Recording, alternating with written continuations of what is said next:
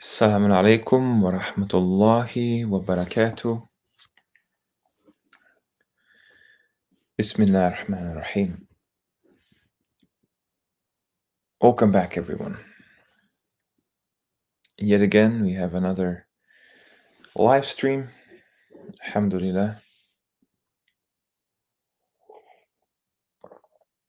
Assalamu alaikum to everybody in the chat. Let me know if you guys can hear me and you can see my screen. Assalamu alaikum, Baba B Drama. Assalamu alaikum, Sam. Assalamu alaikum, Grammar, Logic, Rhetoric, MRD. Welcome to the stream.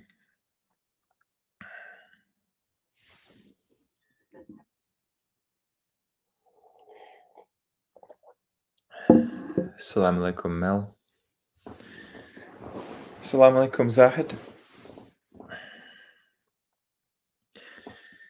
Didn't really know what to title today's stream. I just kind of went with it on a whim. As you can tell, if you guys can see my screen, we're going to be talking about Quran manuscripts. Assalamu alaikum, Liana Morn. Assalamu alaikum, Makalan Kali.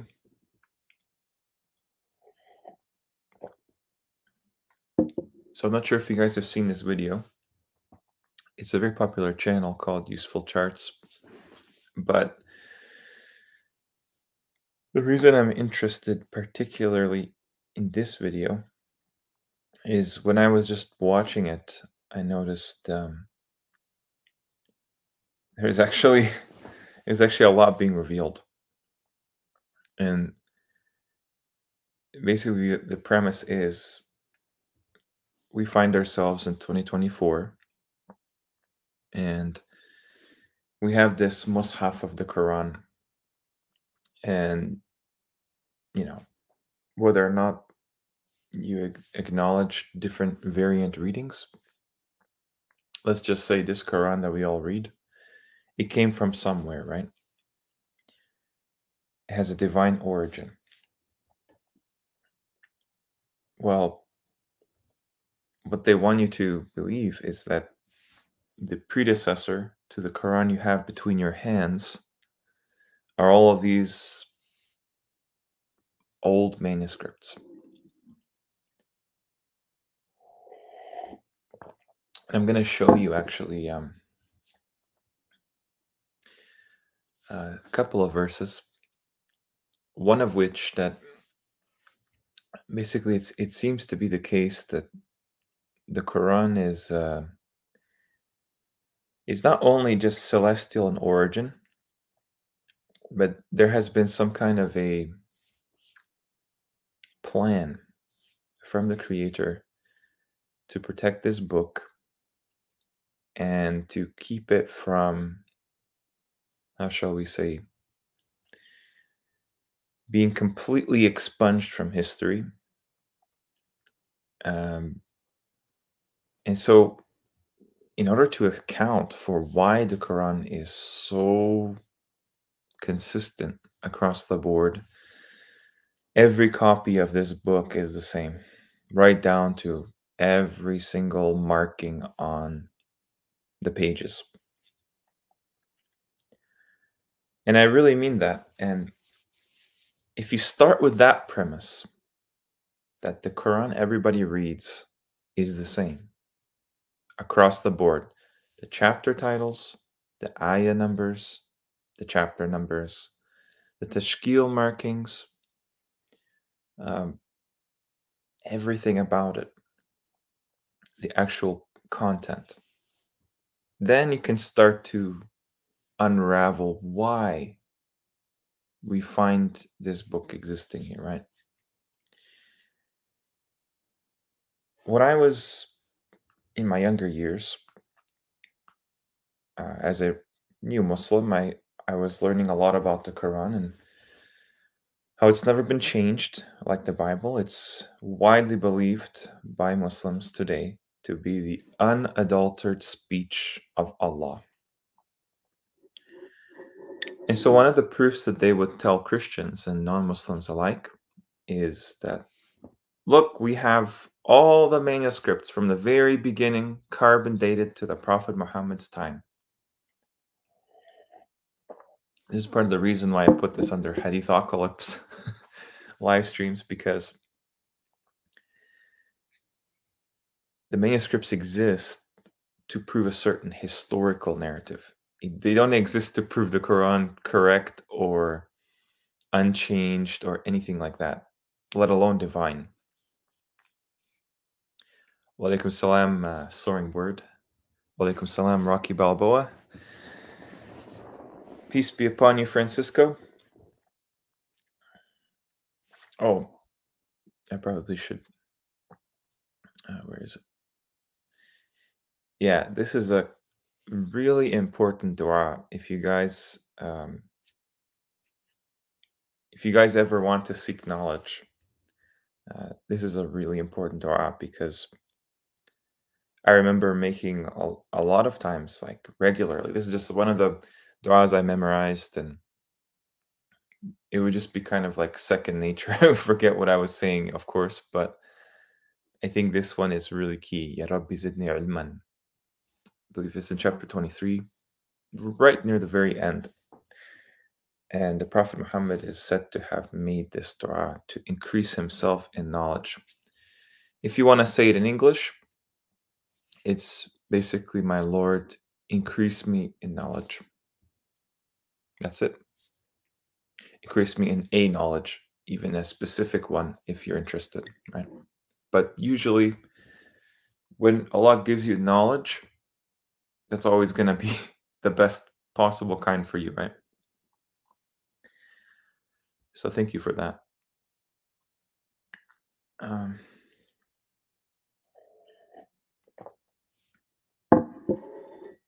Chapter 20. Thank you, Rocky Balboa.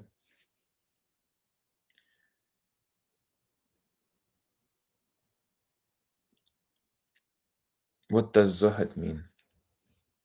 I'm not sure. I'd have to see how it's spelled, but there's many variant transliterations of Arabic, but yeah. Yeah, so just to preface this, one of the issues you're going to see is these manuscripts have, like, they're not complete, number one. So it's not from Surah Al-Fatiha to Surah Al-Nas. Doesn't have everything there, right? And number two, the content is not there. So you're going to see one of the oldest Bismillah ar-Rahman ar-Rahim. You know how that's repeated throughout the Quran? There's no dots anywhere. So it's anyone's guess how that's pronounced. Not only is there no dots, there's no diacritical marks. So how on earth are you supposed to know exactly every single word in this book that's supposed to be protected from the Creator as a guidance for the worlds? Okay. What they would say in response to that, the scholars, because the scholars are the ones that basically collaborated with deception in the beginning. They would say that, oh, well, they all memorized the Quran, so the manuscripts are just a formality. They're just for the students. Really, they're for the students. How is it supposed to convince anybody when we have people memorizing things that are contradictory? And you know why? Because if you go around the world, yes, by far the most popular memorized Quran anywhere in the world is Hafs. By far, no question. The most popular manuscript today, most popular mushaf. But they also recite Warsh. If you go to Morocco or Algeria or Tunisia, they also recite, even where I live, okay, you can go to the mosque in Ramadan. They all recite Surah Al-Fatiha So many different ways. Sirat al-mustaqim, sirat al-mustaqim, and then the actual one, sirat al-mustaqim. Those are all different ways of reciting Surah Al-Fatiha. So, which one is it? You can't tell based on these manuscripts. You can't tell based on the oral transmission because they have diversified that as well. Only thing that exists right now. And it makes sense, right? Because if something had contradictions in it, if it was like, you know, clearly not sent by the creator, it was changed over time like the Bible, that would have been disproven by experts, by academics way before I was born.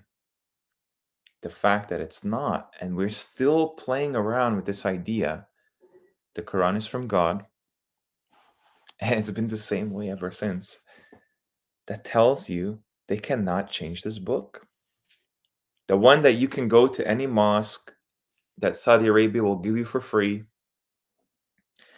that's not the same case for the imitators, for Warsh, for Duty, for all the other different variant readings. They have created those as a little side project just to blaspheme further, just to make kufr of this book further, and eventually to cause doubt about to any believer in this book. Most people you talk to that are Arab speakers, they're Muslims from the Middle East, you cannot even bring up this idea that there are variant readings, even though all the scholars have made a consensus that that's what exists. So none of the studies, none of the observations, none of the miraculous, um, patterns have ever been used for the readings outside of Hafs.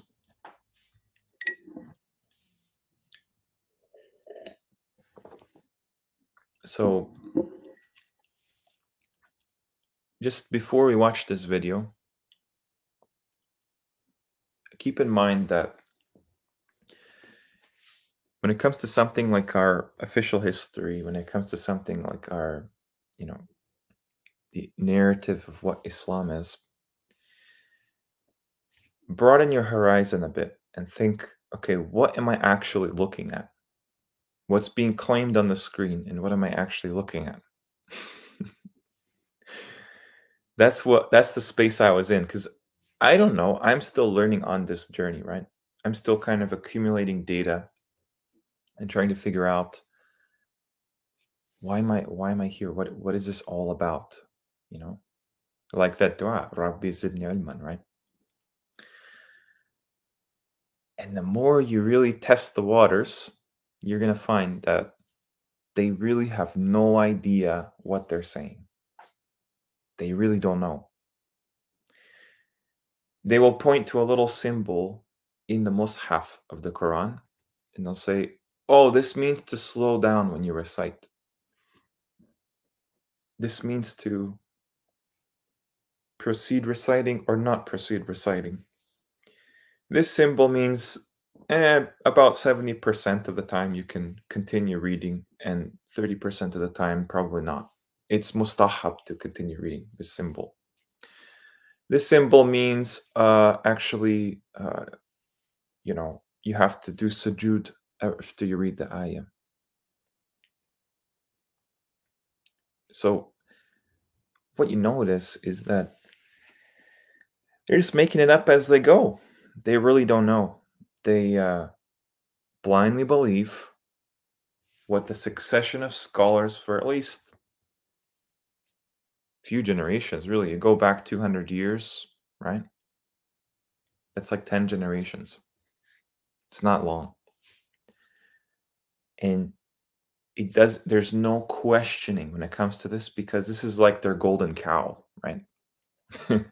This monopoly over the Quran is what nobody wants to admit. hey, maybe there's a problem. Maybe we should not gatekeep the Quran like this. No, they have to. They have to. Assalamu alaikum, Farouk Ahmed.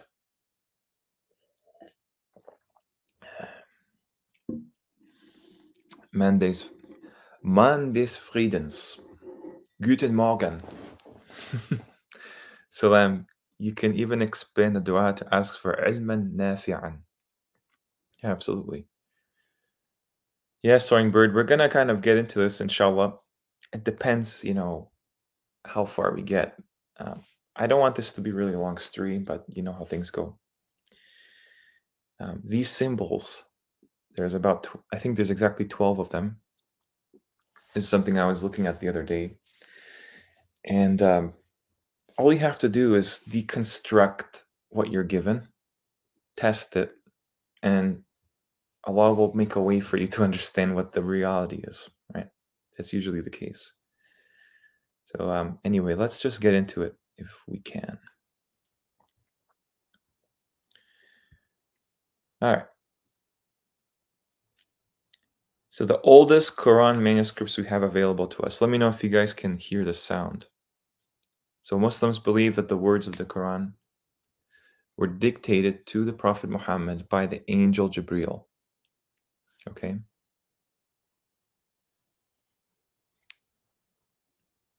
This is the mainstream narrative. right off the bat, okay? The cave of Hira, most certainly, just think for a second. That is supposed to be the cave where the Prophet received revelation. They can't even make a kind of aesthetically pleasing modern graffiti on there. So that the story is that Prophet was illiterate. So he couldn't actually write anything down. He couldn't actually read, but somehow the angel told him read. He was illiterate. Okay. He started reciting the Quran, and his companions just wrote it all down. No errors or anything. The companions were just perfect at doing everything, writing everything down. So you see, if you accept this story, it invites disbelief. We're not talking about secular history. We're talking about the creator's intervention in human history. So there is no secular explanation for this. This is a divine event. And really, we're supposed to believe that humans were the ones that protect the Quran, even to this day. Trust me. You'll see in the Quran, it's not the job of humans to protect the Quran. Because humans, for all intents and purposes, they really suck throughout history. Allah tells you himself throughout his book, humans are really just the most ungrateful creation. Most of them. And he's not going to dare leave something as important as his speech in the hands of humans, particularly the ones that collude with jinns. What you see from this idea is they accept that the angel came down to the Prophet Muhammad and revealed this with Allah's permission. Then they switch gears and just say, well, he couldn't read or write. Obviously, humans had to write it down for him on all kinds of, scraps of leaves or rocks.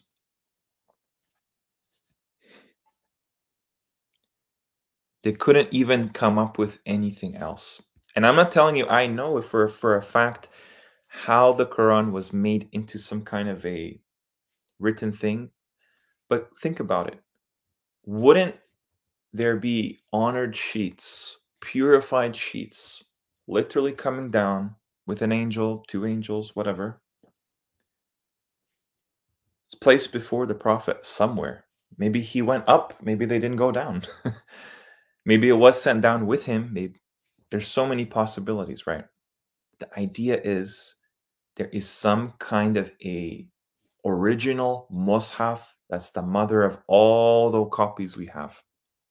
Yes, the book was copied for sure because you can pick up any printed copy, and that will be an analog carbon copy of the real thing.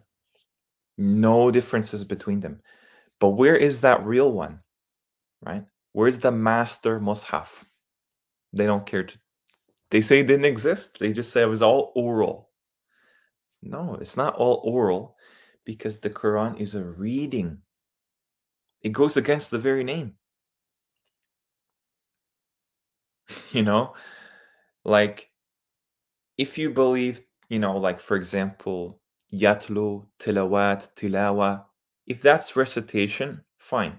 I can show you that probably doesn't, it's not recitation. But why was this book called the Quran in Arabic? Maybe because it was read. It's read to this day. If it's read, yes, you can read things that you've memorized by heart that, you don't have to have in front of you. But originally, all reading requires some kind of literature. Because guess what? Even if you teach somebody in the mosque, in the madrasas, what is going to be the reference every single time? The mushaf.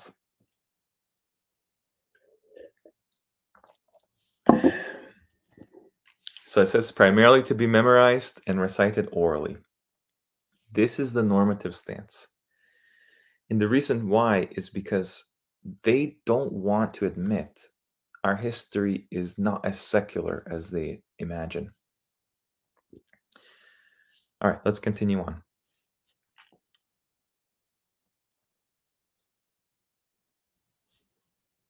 Oh, by the way, let me just make sure you guys can hear this, right? Oh, welcome, Soul. Bro, assalamu alaikum from Australia. Love your work. I appreciate it. We're on this journey together. I'm just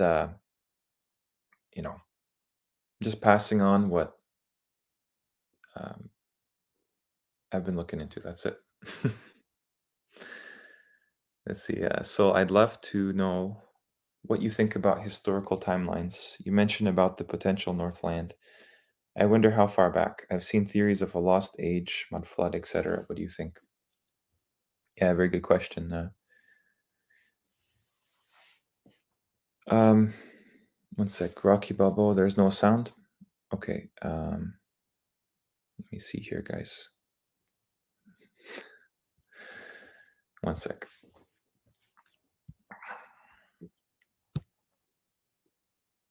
Ah, is this gonna work here?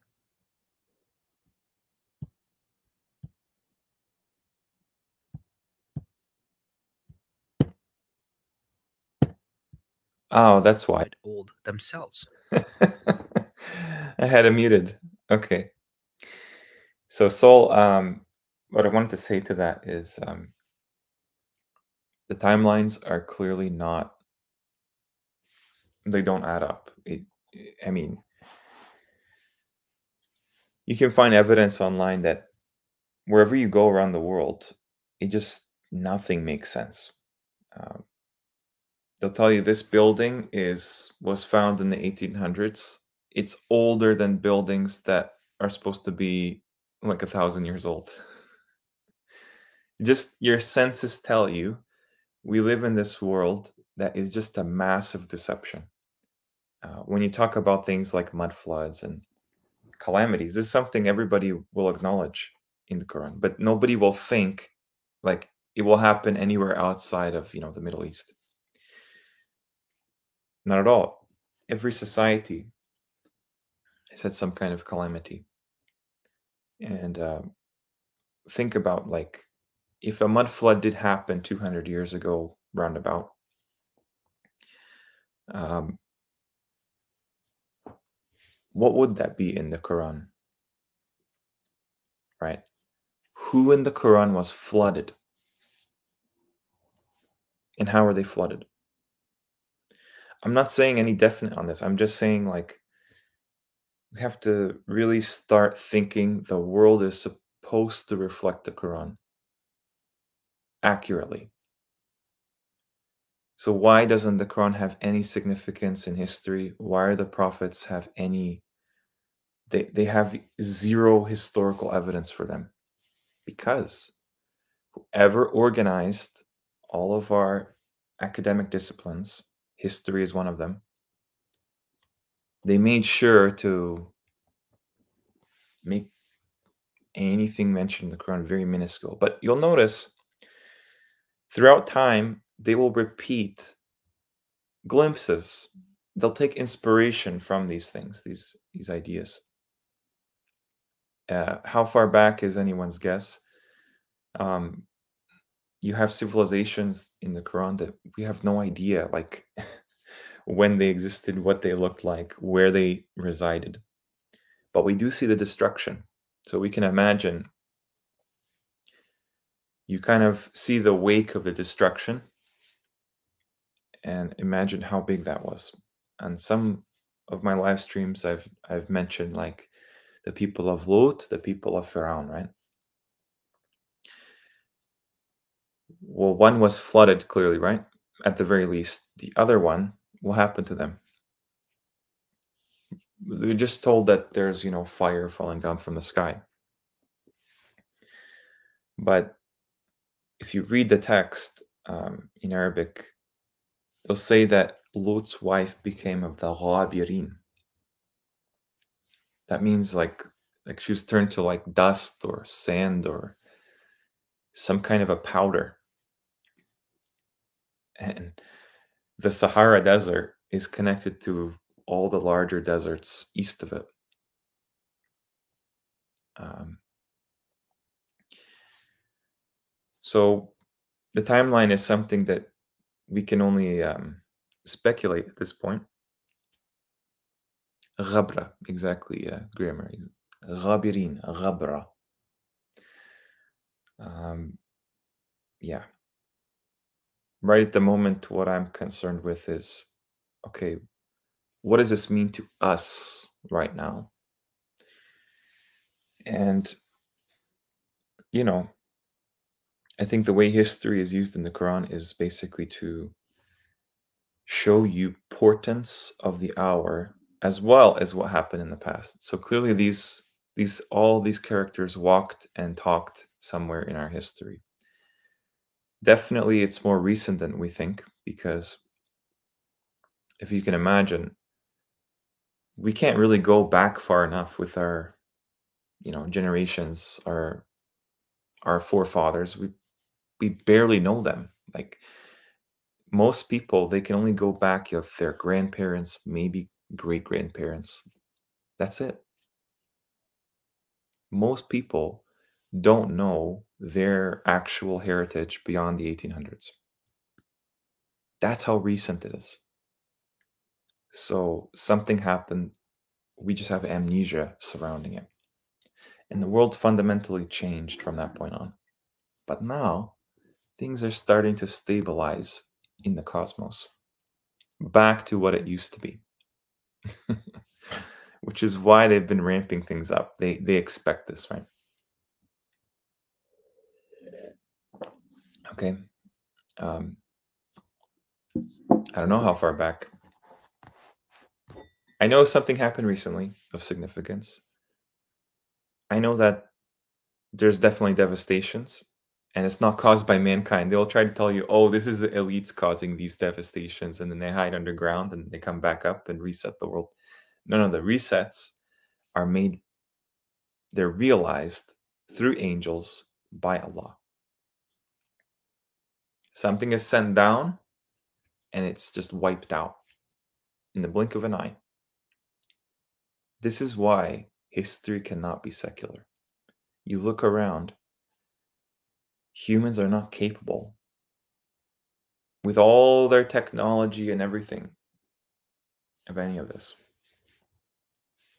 Allah demands, I mean, history demands, at the very least, science, the same thing, biology, everything demands, insists rather, the presence of an all-knowing creator intervening throughout time and space.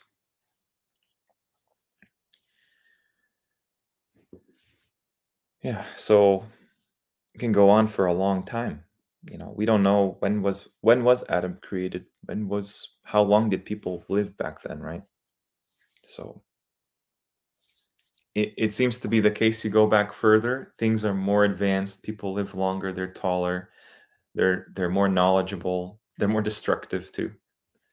They're less corrupted, basically. The closer you get back to Adam, the gene pool is just nicer.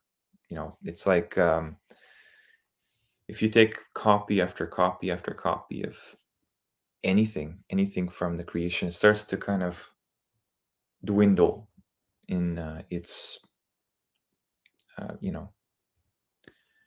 from the original, basically. Anyway, you guys should probably hear the thing. Yeah. One sec here.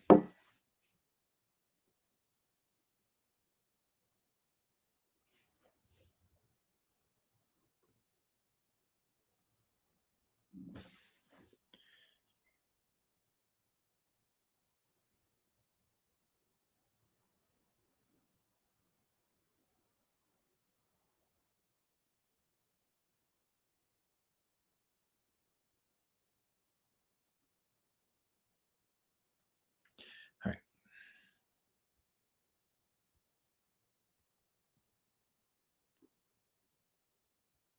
Sorry, guys.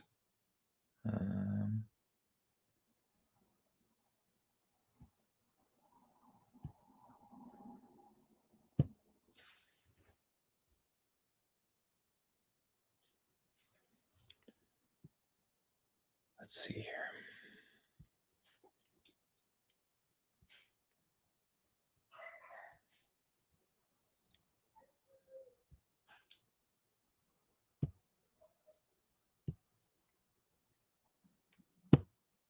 Alrighty. Yeah, no worries, Sol. I'm just going to continue on. Thank you for the question. So Muhammad's successors, the caliphs, started the project of turning the Qur'an from a loose collection of written and oral sources into a compiled book form. Think about that, guys. The Quran was not a book in the lifetime of the Prophet Muhammad. It had to be compiled after his death. Does that make sense? Why would we believe that? Throughout the Quran, it just says book, book, book, kitab, kitab, kitab. It wasn't even a kitab. It was just a spoken oral transmission, and it was collected on all kinds of copies made by human hands. And then this was like 1400 years ago. I mean, we barely have a knowledge of things 100 or 200 years ago, right? This project was finished in the reign of the third caliph, Uthman, somewhere around 650. So let's get to the oldest Quran manuscripts now. Let's just move forward here. Okay. So he's going to go individually through each one. You guys should hear it probably right now, I think. Francisco, these people are stupid. It's amazing what they've gotten away with. Really, it is. And for a long time, we were kind of susceptible to this as well. So, yeah, it's just using your brain critically for once. I know we're not allowed to do this in Islam or any religion for that matter, or any scientific discipline or anything like that. But this is what Allah tells you to do. Do they not reflect? Do they not think? Do they not reason? Just those 3 words repeated throughout the Quran. My family was from the Alawites in Turkey. They are from the ones that believe Ali was the right successor and don't accept this, so it's pretty interesting to know there are other opinions. Oh, for sure. Um, I don't come from a Muslim background originally, but I studied a lot of this, the mainstream kind of opinions, because you'll find that the sects clash when it comes to the history. The Shias, who the Alawites are closest to, even though they're not 12 or Shias, um, obviously they're on the whole, you know, um, Ali camp, right? Then the Sunnis, mainly, uh, they love Ali. They adore him. The only problem is, uh, in line with the other caliphs, and for whatever reason, even though Muawiyah was wrong, the Battle of Siffin, um, still they don't have a problem. And then obviously his family was massacred. The whole Battle of Karbala, and they hate Yazid just like the Shia, but clearly not enough to to become Shia. It's a very complicated history, what they have given us as Sunni and Shia. And there is probably some truth to it. But again, you go back to the Quran, it's silent about all of these people. We're told all these companions followed him, the Prophet Muhammad, during his lifetime after they succeeded him. Where are they? There's only one person mentioned as a Sahabi from the Prophet's lifetime. You guys know who that is? I wonder if you guys know in the chat, who is the only companion of the Prophet Muhammad that we know of from our inherited history mentioned in the Quran by name? It's not Abu Bakr, it's not Uthman, it's not Ali, it's not Umar, it's not Abu Dhar, it's not Sa'id ibn Abi Waqqas, it's Zayd. Zayd is the only one. Thank you, Rocky Balboa. There are many Zayds in Islamic history, and you're going to find all of them are basically copies of the same person. I checked. We'll have to do a stream on Zayd one day. This person is like the Prophet's sidekick, because officially they tell us he's the one tasked with inscribing the Quran, him specifically. When the caliphs came after the Prophet Muhammad, they specifically asked for this Zayd person, right? So if anything, it kind of resonates a bit. You have Musa, Harun, Muhammad, Zayd. There's no Abu Hurairahs. There's no, even the wives of the Prophet, we don't find their names, actually. So clearly there's something going on. And like you said, Sol, very poignantly, there's politics involved, right? Maybe I'm getting a bit sidetracked, but let's keep on. Let's look at the Blue Quran from Tunisia. Quran. It is a nearly complete copy of the Quran in Kufic script with over 600 parchment folios. So this one's nearly complete, right? First thing you're going to notice right off the bat, no vowel markings. No vowel markings whatsoever.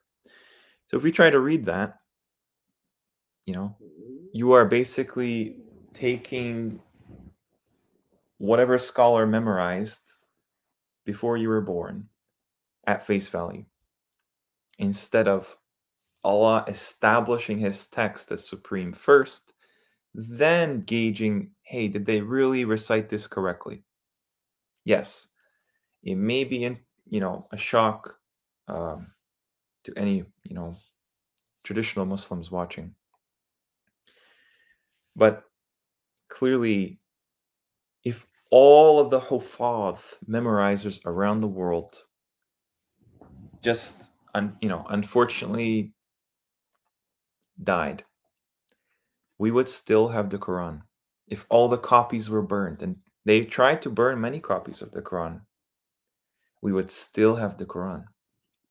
They cannot get rid of this book. If they could, trust me, you would not hear anything about it. And our world would be very different. Very different. The fact that it exists, they have to make some explanation around it. It's in Kufic. Kufic is used for calligraphy. Kufic cannot be used for a mushaf because it's decorative.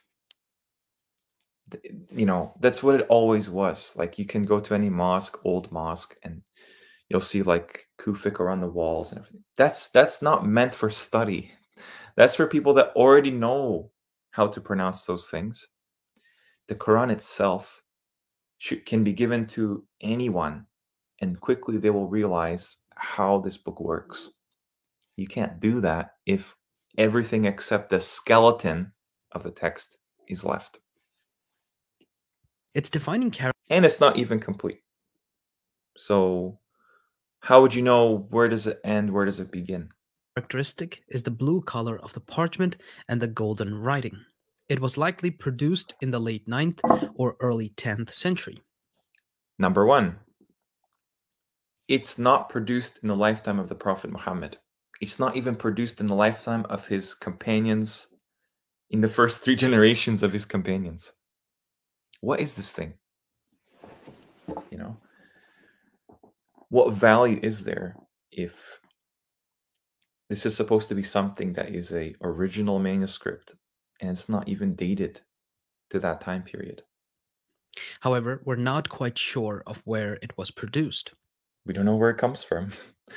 We're not sure when it was made. Before the modern era, we know that it was in Kairouan, in Tunisia, around 1300 CE. Some scholars say that it was produced in the Abbasid Caliphate to be placed at Harun al-Rashid's tomb in Mashhad in Iran. Other scholars believe that it was produced in Tunisia. They can't agree where it's produced. If it was produced in the Abbasid Caliphate, that shows a political motive, right?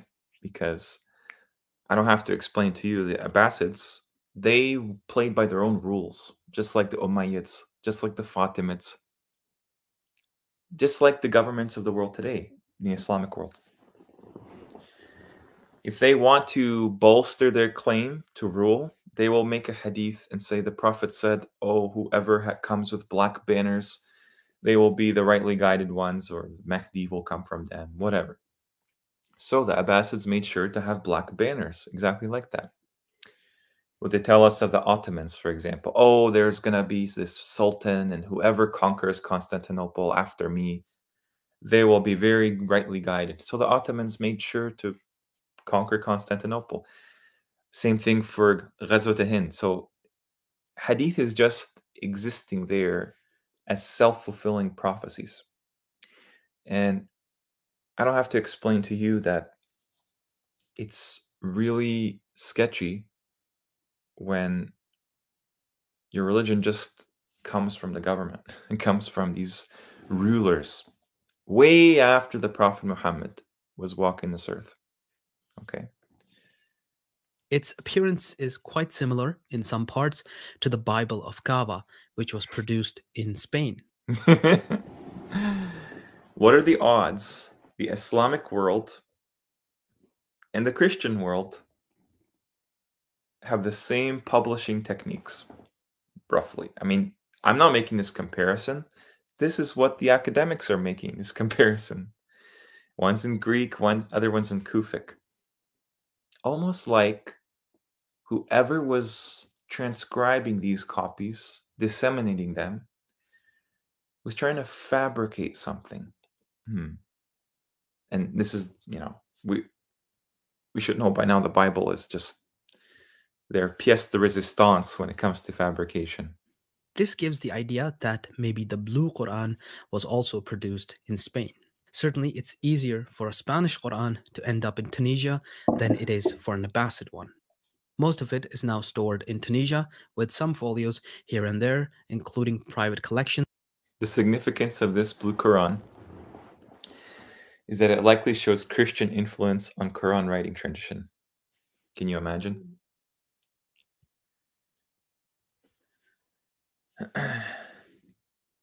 Yes, Francisco, that's the claim. There's no word for memorizing outside of the word for protecting or guarding.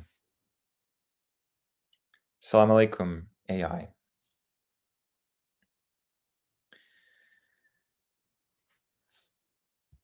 Hafid is a guardian.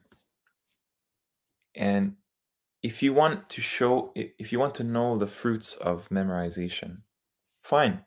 Memorize the Quran as much as you want, the whole thing. It doesn't end there. The meaning is just as important, if not more important. And apparently we can't find the meaning ourselves, even though Allah made it easy. So let's continue on.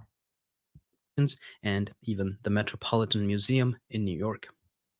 At number 7, we have the Samarkand. So yeah, I mean, you kind of look through it. Nobody can pinpoint its origins. There's no vowel markings. It's not dated to the Prophet's lifetime. It resembles Christian manuscripts. It's a work of calligraphy.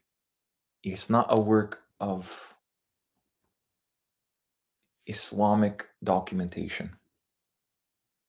Fine, then we should take it as that, right? All right, let's continue on. On the Quran. This one was originally attributed to Caliph Uthman and is even said to be stained with Uthman's blood when he was assassinated while reading the Quran in his home. However, all kinds of legends, urban myths surround the Prophet Muhammad's lifetime and the history around his life. So this Quran is supposedly around his successor Uthman's lifetime, and the story is that he was killed by I can't remember. He was killed by basically his political opponents in his own home while he was reading the Quran. And so this story persists, right? But it's not correct. However, that's not true, and it was produced more than a century after Uthman's death. So way after Uthman was killed, this is where we get this Quran from. And I don't know, guys, does that look like it's like 1300 years old? I don't know. Like, there are all kinds of things in our world that are more recent that look older than that, right? I don't know. They tell us that they just never bothered to put the vowel markings in. But how did these things stand the test of time? Like these manuscripts, these folios. It has been dated to around 775 CE to 995 CE. Its Kufic writing style indicates that it was produced during the Abbasid era, so more likely it was produced around the turn of the 9th century. Unfortunately, the Quran is not complete and only consists of chapter 2, verse 7 to chapter 43, verse 10. That's it. And you'll notice that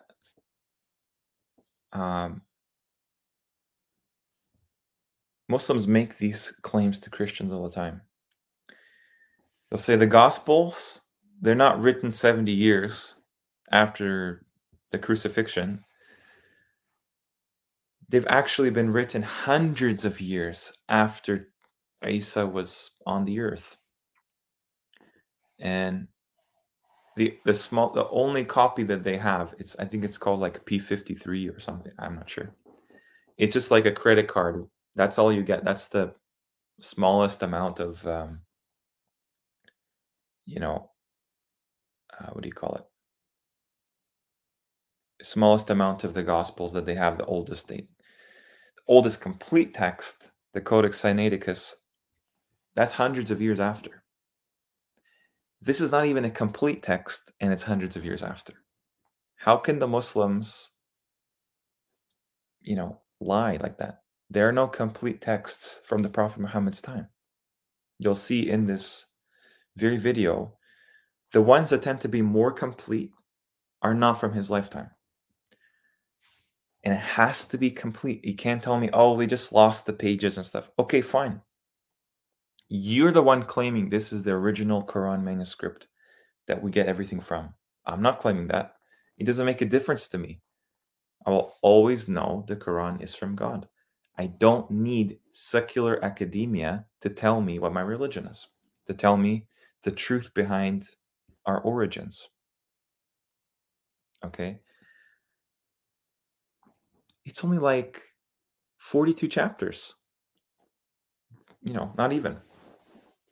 And one thing I should highlight is carbon dating is not as reliable as you can imagine. It's very arbitrary, and it seems to be one of these kinds of, pseudosciences that is masqueraded as an actual exact science. Particularly when you look at the range for this text, how wide it is. I mean, you're talking about 300 years. They can't even pinpoint when it's from. Most likely Abbasid Caliphate. Okay, fine. Abbasid Caliphate. That makes things worse because they're almost,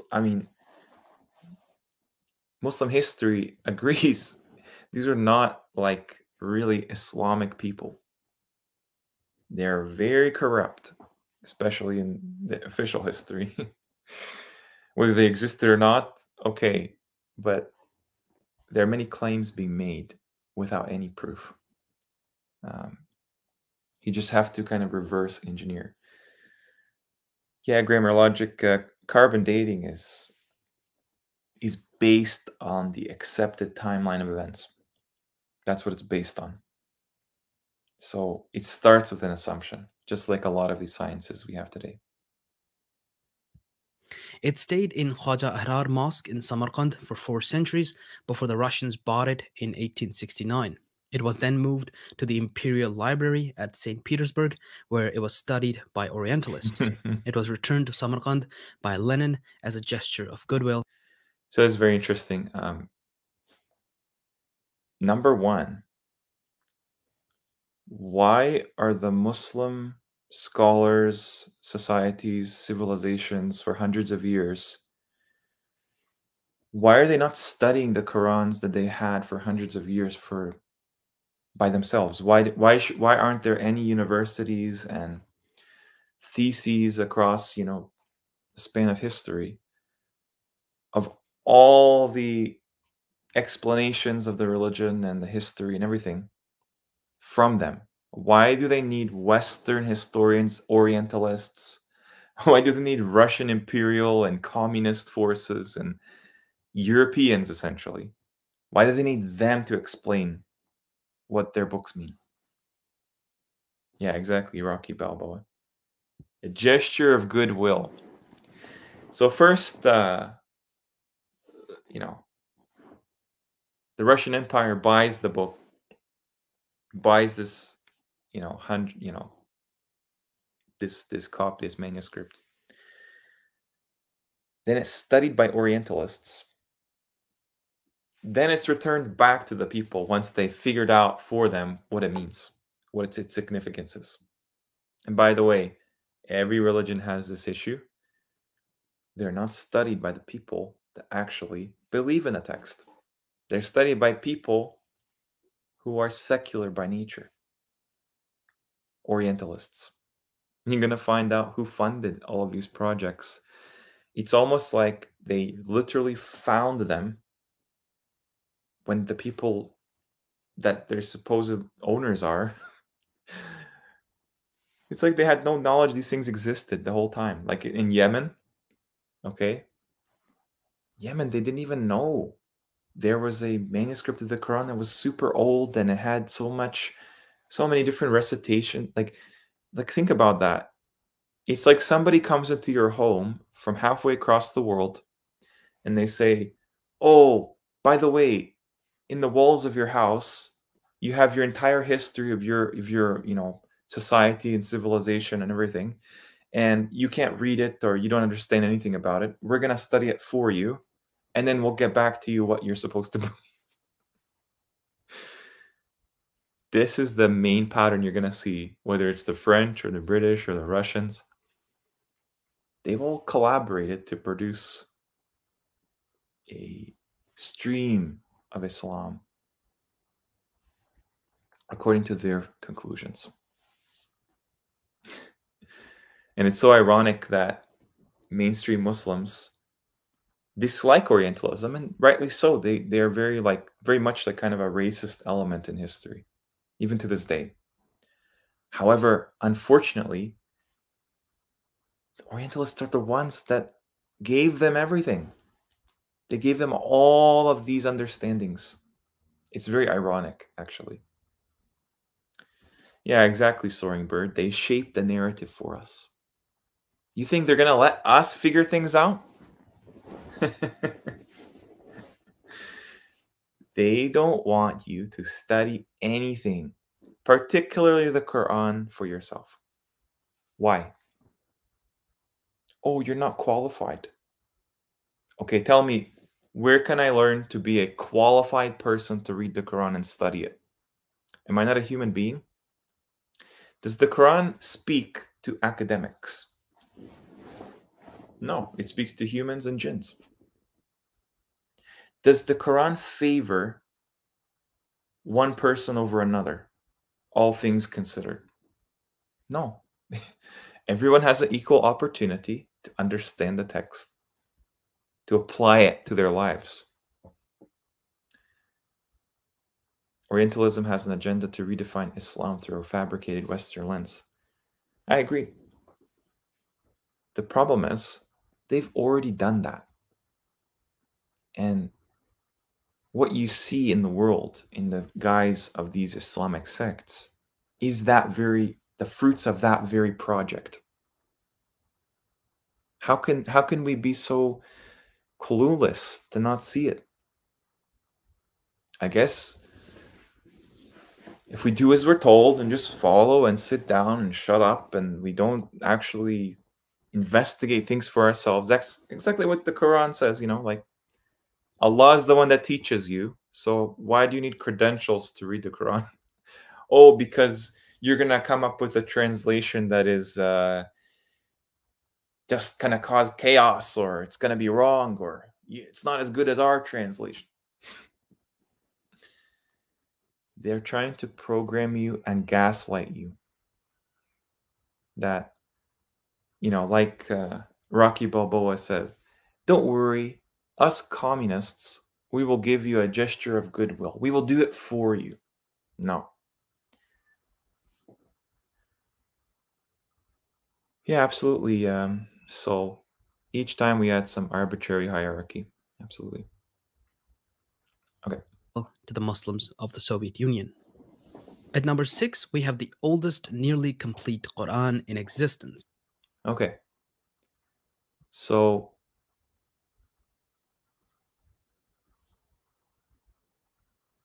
manuscript incomplete, sketchy history.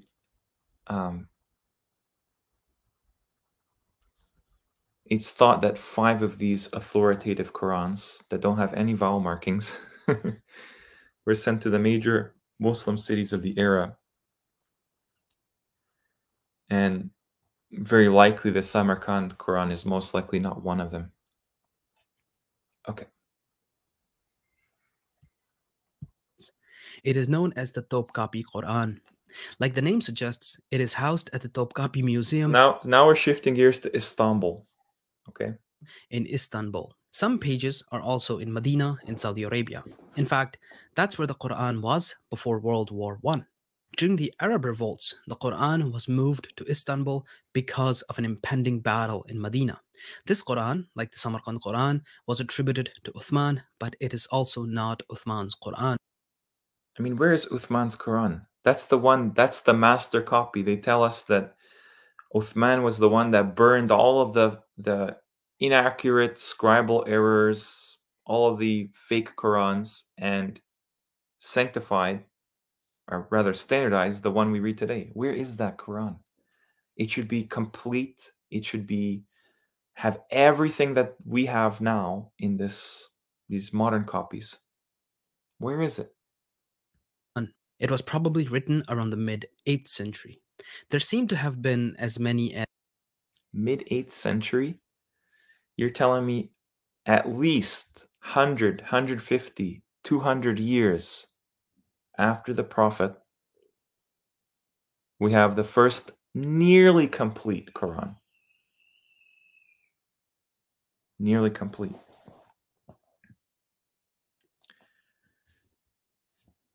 This is bad. When it comes to the Quran, it's not like the Bible. The Bible, you can just create another edition like tomorrow if you want to. The Quran, every single word there is essential. Every single one. The language, everything. If it's not complete, then clearly we can't say this is definitive of the Quran's history. Because we have more between our hands than what history gives us. Right? It's like when they try to say, Arabic is not the original language. We can't speak Arabic today. Arabic has more sounds. It's more advanced as a language than all the languages that are supposed to come before it, that nobody speaks, nobody knows anything about. Like Hebrew. Hebrew cannot pronounce all the sounds that Arabic pronounces very easily. And that doesn't seem like much, but it's like with evolution, right? Evolution is supposed to go from a less complex state to a more complex state.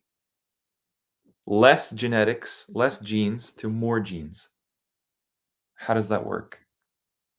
You tell Richard Dawkins, who's a Christian now, he can't explain it. How did the increase in information happen, Richard Dawkins? Atheists, how did it happen? We don't know. Clearly, everything comes back to the source. And over time, it gets more scattered, less intelligible, more corrupted. The corruption doesn't begin in the beginning. It happens later on. However, this book is unique because it hasn't been corrupted. They didn't just burn every copy of the Quran, and they didn't just write something down and put their 19 codes in there and their, scheming, no. This is what they want you to believe. How could we be so stupid? If you deny this book, you have to deny everything about it. Yeah, maybe you'll find one thing that sounds convincing to you, like, oh, what about this? How they spelled this word? It's not spelled the same way. What about this? The Bismillah has 19 letters in there. So, what is the point? You're putting the cart before the horse, making an assumption that somehow numbers or how the revelation is to us today is some kind of conspiracy. No. The revelation is why there's a conspiracy. The revelation itself is not a conspiracy. And hence we have this video to show us that. as 6 scribes of this Quran, so it seems to indicate that it was part of a large mass production campaign. In fact, some scholars believe that it and the Samarkand Quran came from the same source. They were probably produced around the same time in the same circumstances.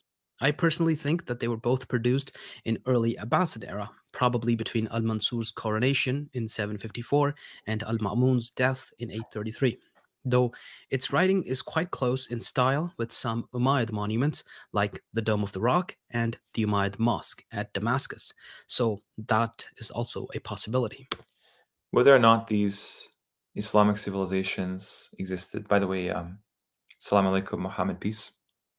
All blessings to you as well. Is the Dome of the Rock that old? And this Quran that was housed in Medina, but then was moved because of a war there, it resembles the writing of this modern complex of Jerusalem. And it took 6 scribes to do this. I mean, what's going on here? Why is there so much, you know what I mean, like lacking when it comes to these manuscripts? And really, that's dated to 750 at earliest, right? 750 to 825. That's how old that should look after that much time has passed. Really, think about that for a second. This, and there's going to be better examples, obviously, but this is supposed to be 1,000 years old. The oldest nearly complete Quran in existence is not even from the Prophet's lifetime, nor his companions. And it's not even complete. Maybe there's a dot here or there. This is a game to them. Speaking of the Umayyads, at number 5 we have BLOR 2165. This manuscript was likely produced during the reign of the third Umayyad Caliph of the Marwanid branch, named Al-Walid, likely around 710 CE or slightly before that. Umayyads, It Abbasids, contains around take your pick. 57% of the Quran written in the Hijazi Ma'il script. It has around 128 folios. It's stored in the British Library and is actually available to see online. It's available to see online. Not complete again. Not in the lifetime of the Prophet again. Umayyad or Abbasid oversight. And these people, like, they change things all the time. These empires, whether they existed or not, the religion is not based around them. We don't need to depend on them to have a religion and a book. You understand that, right? It's independent of human efforts. Why is that so hard to admit? Do we really think there's no unseen ever? Toward the end of the manuscript, a note reads the name of Reverend Gravel J. Chester and is dated to April the 29th, 1879. If you guys think that text is 1,300 years old, there's a note at the bottom from 1879. And sure, he could have found that just magically. Everything was found in the 1800s. All the dinosaurs were found in the 1800s. All the ancient civilizations were found in the 1800s. All the nations date back to late 1800s, 1900s. And this is a reverend from Great Britain. Okay. Is there not a conflict of interest there? Would not a reverend, and sure, you could say, okay, he's just interested. He's very interested in the Islamic world's history. But I don't know. It's a bit sketchy to me that you have this phenomenon of people that have a motive to fabricate anything to do with the Quran. They're the ones all our evidence comes from, just as if it's filtered through them. Okay. Reverend Chester helped the British Museum and several other institutions acquire a number of valuable historical artifacts. If we didn't have these blessed Europeans, Western Europeans, imperial colonial empires, we would have no Islamic history. Apparently, the people that own these documents are they're too uncivilized to compile anything, study anything, restore anything, find anything, understand anything.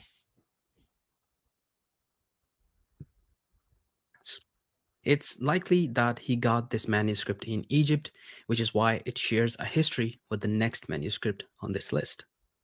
At number 4, we have the Codex Petrino-Petropolitanus. It is quite similar to... So first was the English version, okay? Now you get the French one. I mean, guys, like, what era could this ever have been read easily by any student of Islam, by any non-Muslim interested in Islam that can speak Arabic or whatever?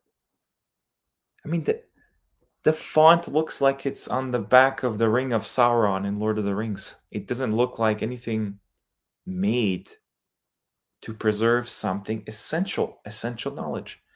For example, any human being, any sane human being, if they understand something is crucial knowledge. Let's say Allah sends down the day the hour will happen. Let's say, I don't know. Let's say, like, hypothetically, you're a regular shepherd in whatever, Arabia. Angel comes down, says, "My Lord sent me, and he sent me to tell you that the hour will happen in 2070, the year 2070, on this date here. All the details for whatever divine plan." Do you not think somebody would write that down in the neatest, cleanest writing? No room for doubt, no room for ambiguity, redundance, nothing. Something like the Quran, that would be inscribed like as perfectly as possible, knowing that humans are, a lot of them are evil, and they will try to hide this empowering knowledge from the Creator, from humanity. Obviously, Allah, he knows very well what they're going to do, so he protects it anyway. But these people are showing you that there's doubt in the text with their fabricated evidence. Whether it's in stone or leather or pages or whatever, you would make sure your people, your village, your society, your community would have the best possible transcribed version of this transmission from the Creator. Not a fudgy little kind of, like, I get it, it's old, I get it. But if you were just to make that newer, if you're good to go back when that document was created, what is that supposed to tell you? How are you supposed to use that? Oh, you're not. You're not, because they want you to have a priest class, a scholarly priest class that tells you everything about the revelation, gatekeeps the book. You're just not allowed.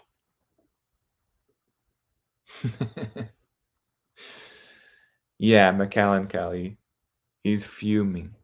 Why is he fuming? I mean, it's an awakening. These people, they have their own motives. And if you're not aware in the chat, I mean, for whatever reason, Quranists or Quran alone believers, Quran-based Muslims, whatever term you want to use, people that take the Quran seriously as unadulterated speech of the Creator, they seem to be the biggest possible threat. Really? The most disenfranchised possible, like, organized group. They're not even organized. This is the threat? How is this a threat? Maybe there's way more people on this train of thought than we think. Doesn't it say in the Quran they will enter Allah's deen in droves?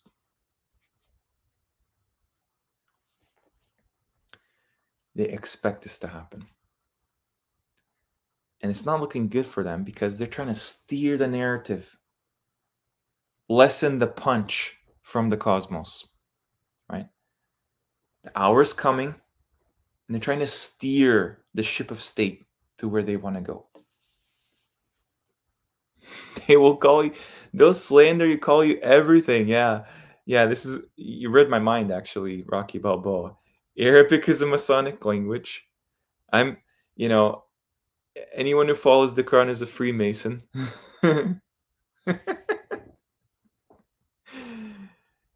Okay, anyone that's like arguing for this Quran being complete and detailed for any man, woman, and child interested, they're the problem. Yes, yes, the Quran is actually it's a forgery. Yes, it's a forgery. The Quran. Yes, yes, it's a forgery. Uh, the Quran is actually from Russia.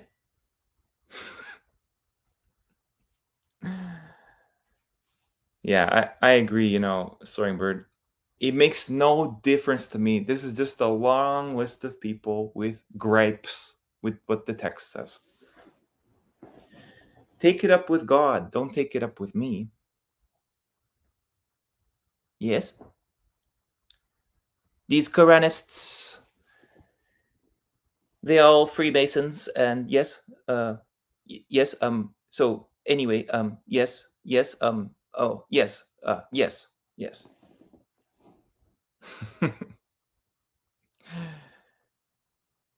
It doesn't make a difference to me, all the critics that you get in between. It's part of it's part of the territory. Okay, it's part of the job description. When you follow the Quran, expect resistance. Look, the prophet, he had the biggest resistance you can imagine. They called him insane. They called him possessed. They called him a practitioner of magic. They called him a liar. They called him a poet. You don't think they're going to do the same thing to his followers?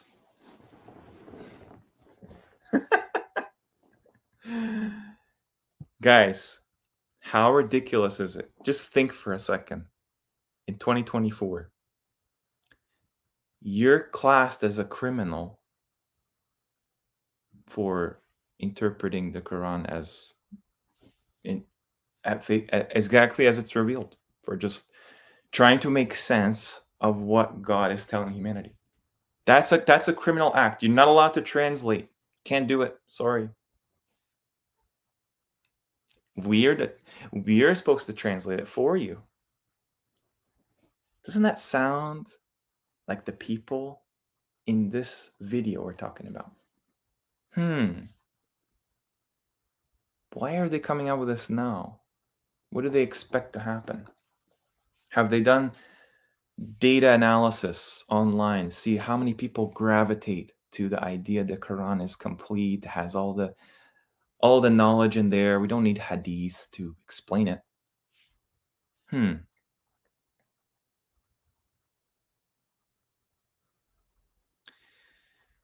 Yeah, essay, but you know, that's precisely how they get a foot in the door, right? They have to appeal to something true. Allah says that the truth is dressed in knowledge. Or sorry, the truth is dressed in falsehood. Meaning it's always going to be some kind of kernel of truth, some nugget in there to steer you away from the Quran. Because obviously, if you can't translate it into your own language, you can't understand it ever. You have to go back to the hadith-based scholars in the mosque to tell you what the Quran means. They were taught a fake Arabic language, and this succession of imams taught a fake Arabic language are not going to tell you the real meaning after they bought into Sunni Islam, which was created 200 years ago after an agreement by the powers that be. Doesn't add up, does it? It doesn't. The root of all languages, the truth, this is from the Creator, unedited, the Quran has never been changed, only book from the old world order, right? Can't follow it, can't read it, can't interpret it. You have to hear it recited to you in a language you don't understand anymore. And let them tell you what it means, right? It doesn't add up.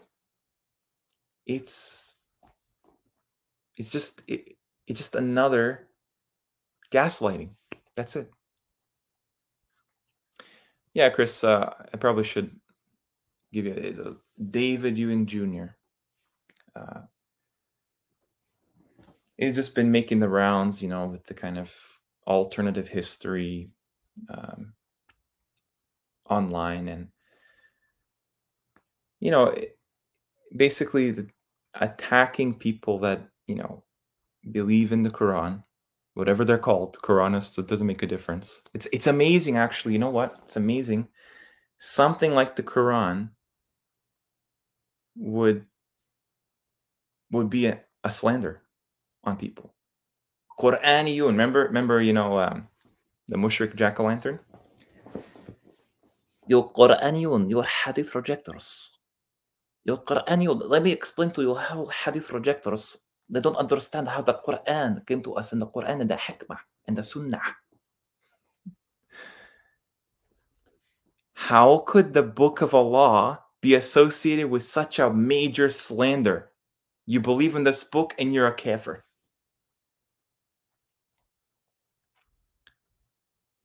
Amazing. Think about it.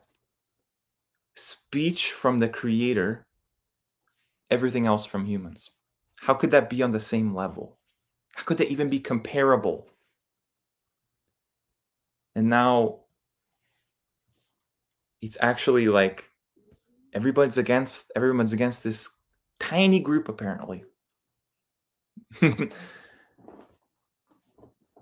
Everyone's an agent. Everyone's an agent if you just promote the Quran. That's good. I'm not promoting anything else, really. It just makes sense to me. The speech of the creator trumps everything, clearly. And time will tell, clearly. I'm not worried at all. Yeah, exactly, Chris. That's the idea, right? There's no sahih ayat. There's no sahih verses of Allah. There's no sahih Quran. There's no da'if Quran.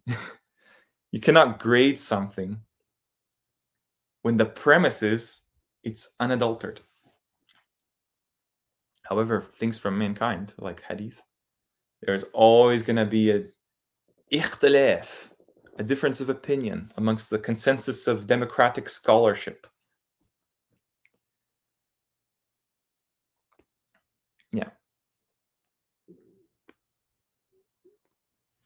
So that's the thing, guys.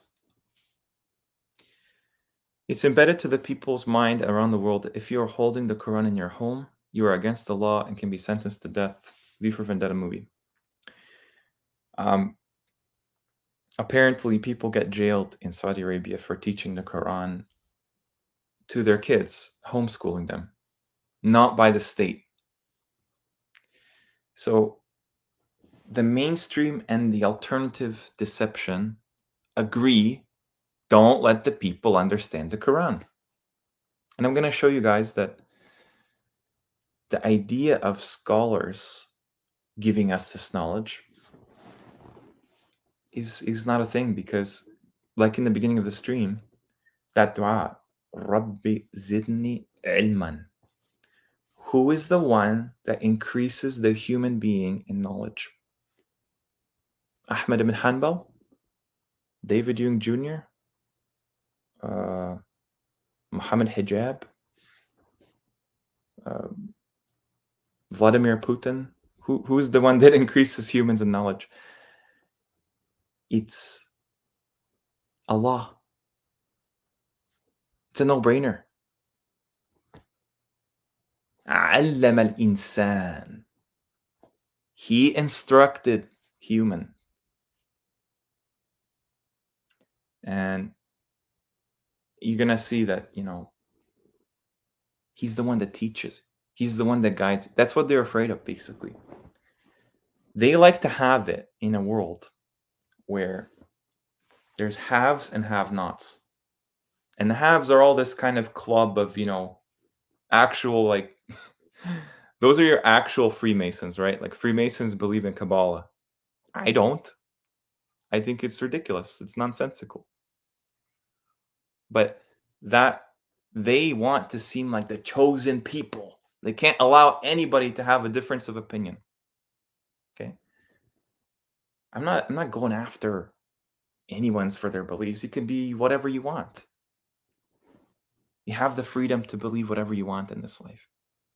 I'm just giving my thoughts, and if you don't like them, no problem. Do you see me pull up comments and make an entire video on someone's comments? They don't agree with me.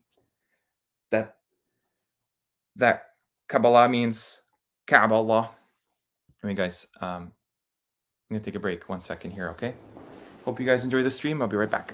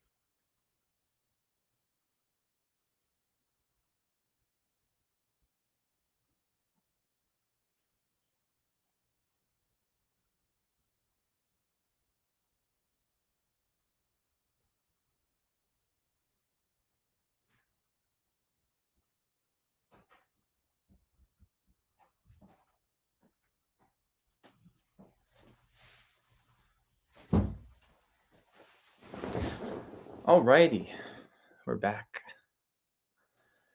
So yeah, don't the people that criticize, basically slander at this point, they just want you to focus on them.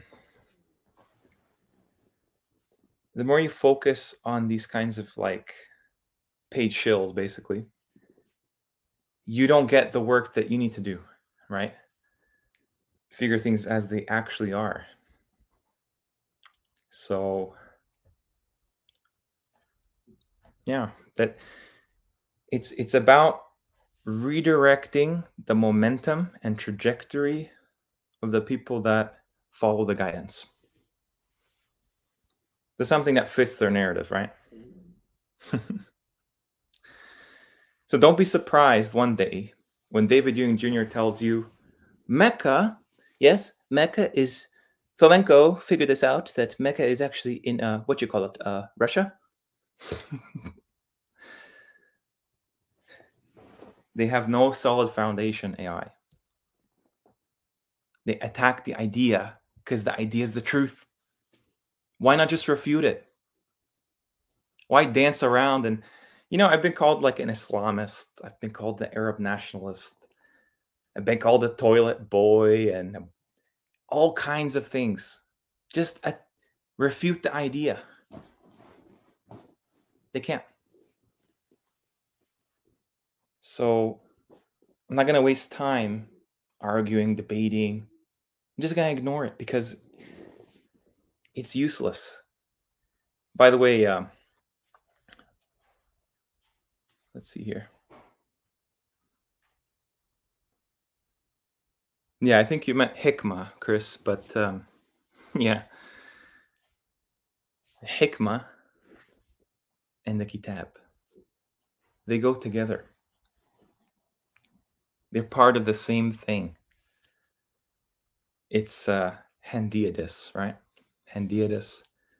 If you watch Baba Shuaib, another evil Qur'anist, he tells you very clearly, like, Hadithocalypse is just how Arabic works, and it makes so much sense. You see it all throughout the Quran. Anyway, let's move on.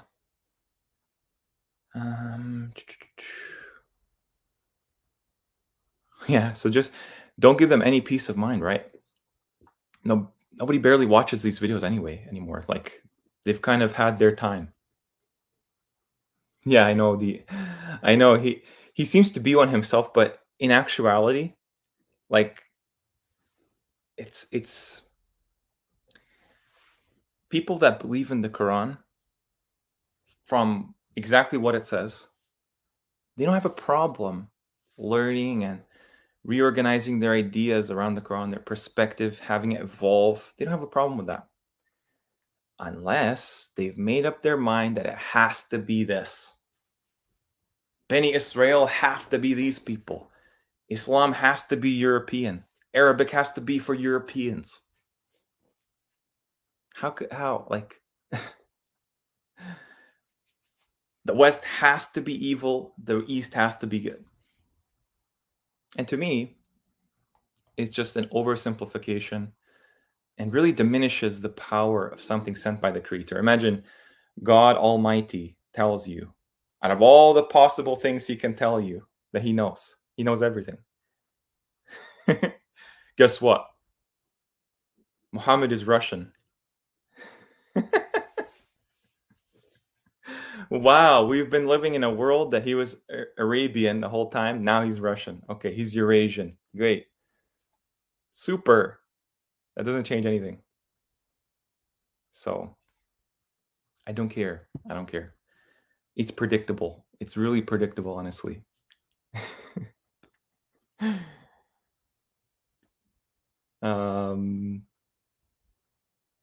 Yeah. Who cares?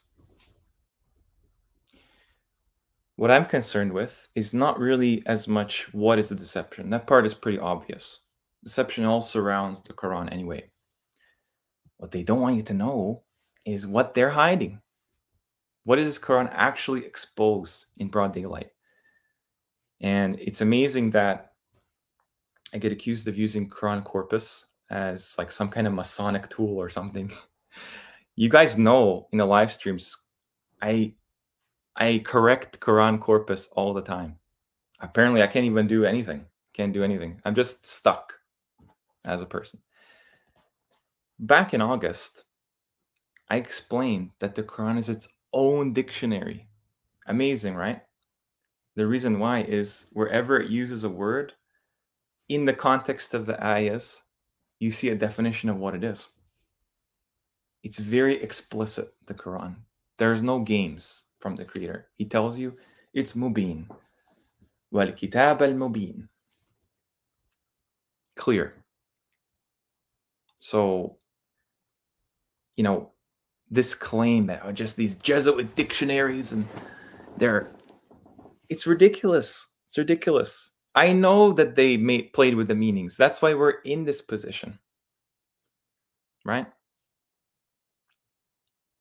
Oh, you're a hadith rejector. You reject your hadith based on your desires. No, not at all. If that were the case, I would reject hadith that are unagreeable to me. I don't know anything the Prophet said outside the Quran. That's why I can't use my desires at that point. Even if he said something very nice, like, oh, there's no person better, a black or an Arab or a white or non-Arab. I don't know he said that. I can't comment. I can just use it to give me clues as maybe what are they putting for us in plain sight? What are they trying to get us to believe about the Prophet? That's it. The Quran, though, is the only way you can distinguish. It's a distinguisher. It's your only criteria for the world around you. What a revolutionary concept. To use the knowledge from the one with absolute knowledge to understand the world. I know, it's so crazy, right? You're just mind blown, really. So, Brother Igor, Allah addresses the Masons in the Quran as the one who figured out the truth, but they decided to hide it to the rest of the world. I don't know. What is the word for Mason in the Quran? Is it really just all Freemasons hiding under different names? Allah says, Ma'ashar al-jinn wal-insi. I mean, that tells you cannot frame that any way that's better. You can't. And I'm explaining this so many times. If you can come up with a better way of phrasing things than Allah, it's wrong. He phrased it the best possible way, period. Al-ma'ashar al-jinn wal-insi. Apparently, jinns are just very smart people. So why would Allah call very smart people and then insane? No.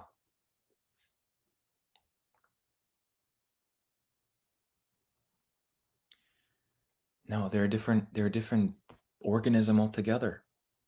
What Shaitan is just Shaitan is a genius in the Quran. It says in the Quran, Shaitan he's from the jinn. So he's just a genius. Is Shaitan a human? I agree, Shayateen can come from jinns and humans, but Iblis, he's from the jinn. There's no way around it. These people don't believe in the unseen. I'm sorry. And honestly, come on, guys. 2015, 2016, these recentists, especially from France, whether they're called Didier Lacapelle or Russians called Fomenko or Gleb Nosovsky, they don't believe in the unseen. They think angels are soldiers. They think that jinns are geniuses.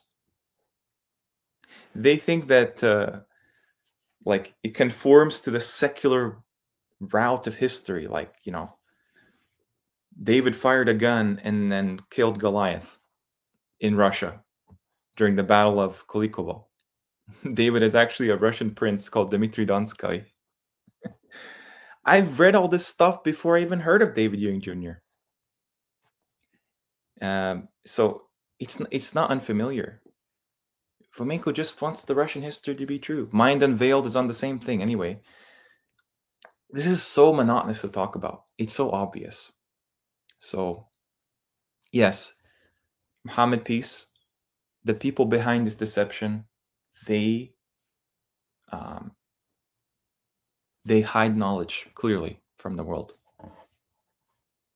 They've created this elaborate scheme for us, but they cannot change the Quran. That's why we're here.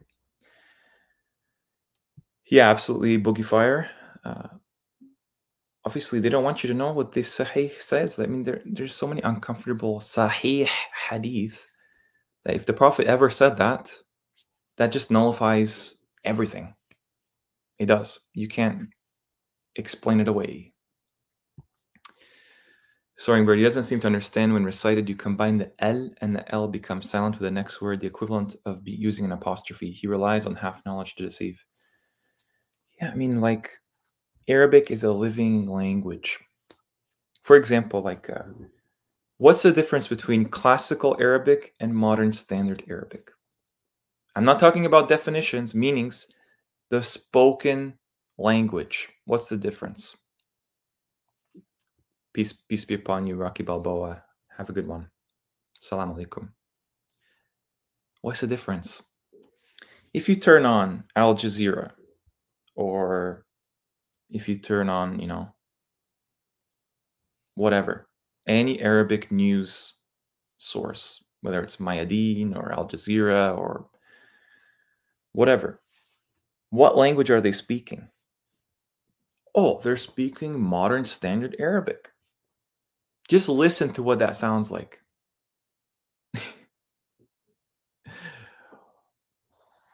Like, it's literally exactly how the Quran sounds like.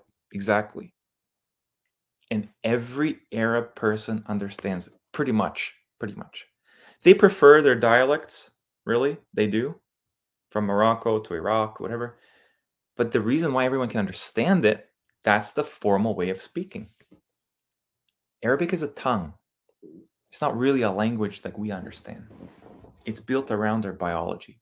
It will always be a thing.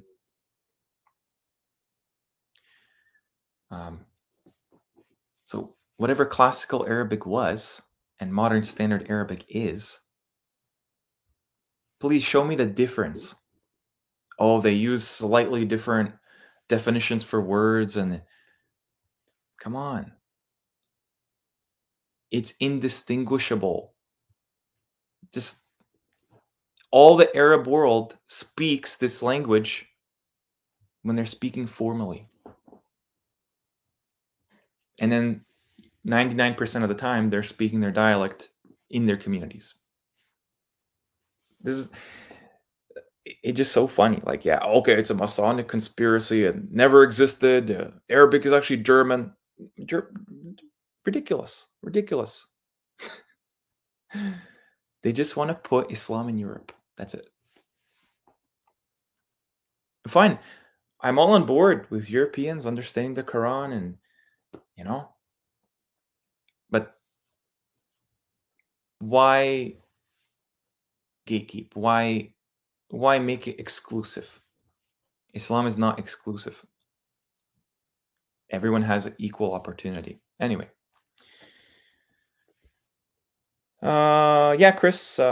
Chris, interesting thing. I mean, I know, like, amazing. I can disagree with Sam Garens. I can disagree with Hani Atchen. Even though we're all lumped together.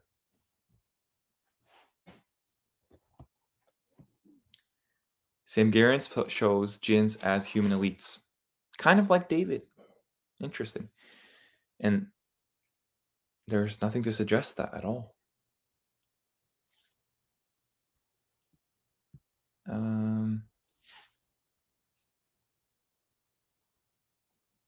Yeah, Goebbels, why don't Suleiman build Saba's throne with his Junud, but with jinns? Why don't these jinns offer us humans a building constructions? It's funny, the idea. I mean, they're hidden. We don't live in Suleiman's era anymore, clearly. Otherwise, it'd be a utopia. Humans would be on the top of the food chain. Now we're on the bottom. Yeah. Not sure if you're joking.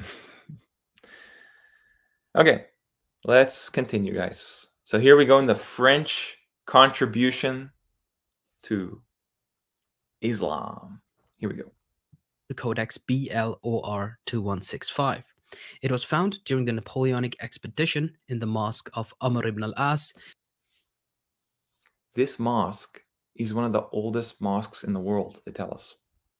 It's actually a mosque, I think, even named after one of the companions of the Prophet Muhammad. I think, in Egypt, because I think the expedition to Egypt was by Amr ibn al-As in history. You're telling me they never found this Quran until Napoleon? How long has Egypt been Muslim? Fatimids, Abbasids, Ottomans, they never found it until Napoleon. In Fustat, Egypt. BLOR 2165 was likely also found there, but it was acquired by the British, whereas Codex Petrino-Petropolitanus was acquired by the French. It has 118 folios that contain almost half of the Qur'an. It uses a Hijazi script and was probably written by up to 5 scribes, which again indicates that it was part of a mass. I get it. You can say it's part of a mass fabric. I almost said fabrication. Did he say fabrication? Mass production. I get it. It's part of a mass production campaign, okay?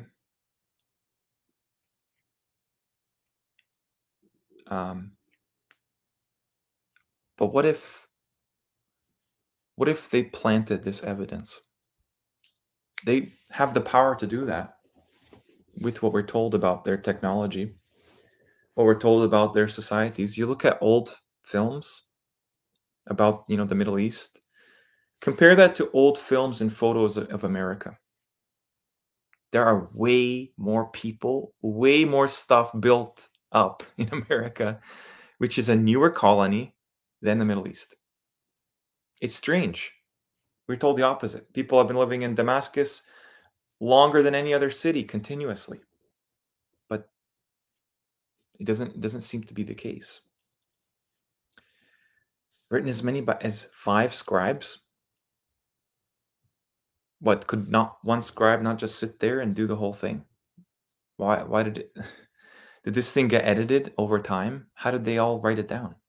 I guess they worked on different pages, right? So then where's more than half of the text? It's less than half of the text. If anything, this is just someone's homework. It's not a manuscript.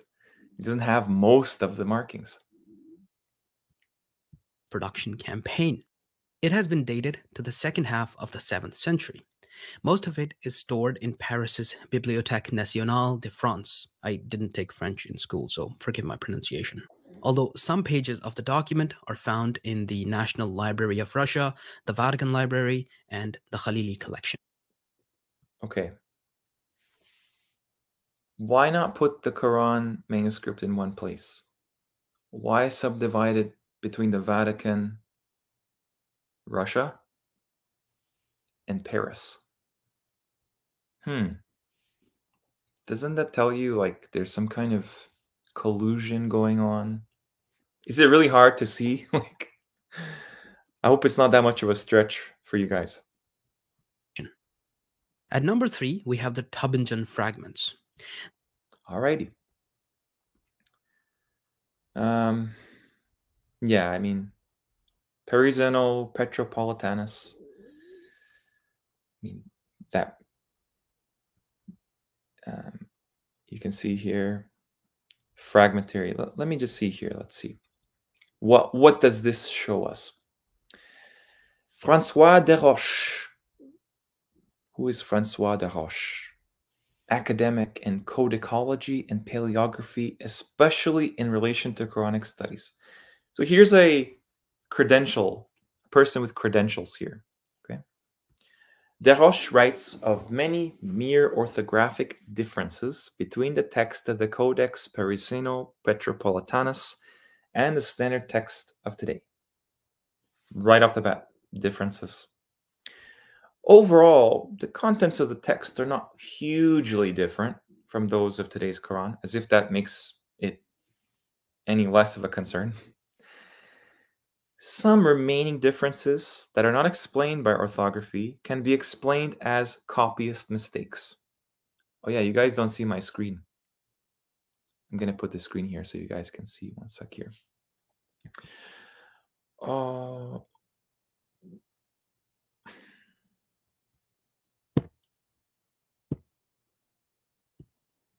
Alrighty. So I'm reading from this. Okay? Let me see if you get. Yeah, okay.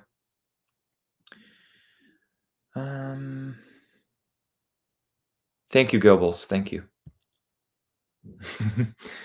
Some remaining differences can be explained as copyist mistakes. Funny, that's what Sam Garin says about chapter 9. About Masjid al-Haram not being a thing anymore. It's a copyist error, a scribal error.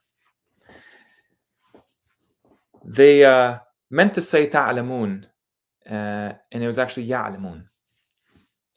Yeah, that's what happens when you have this. Sorry, it's not coming up.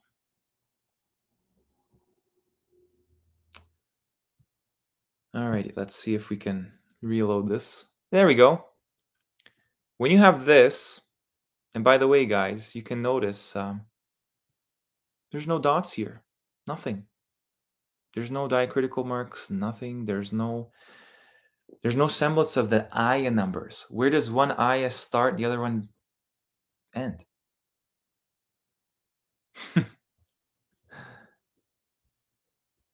This is what they were reading?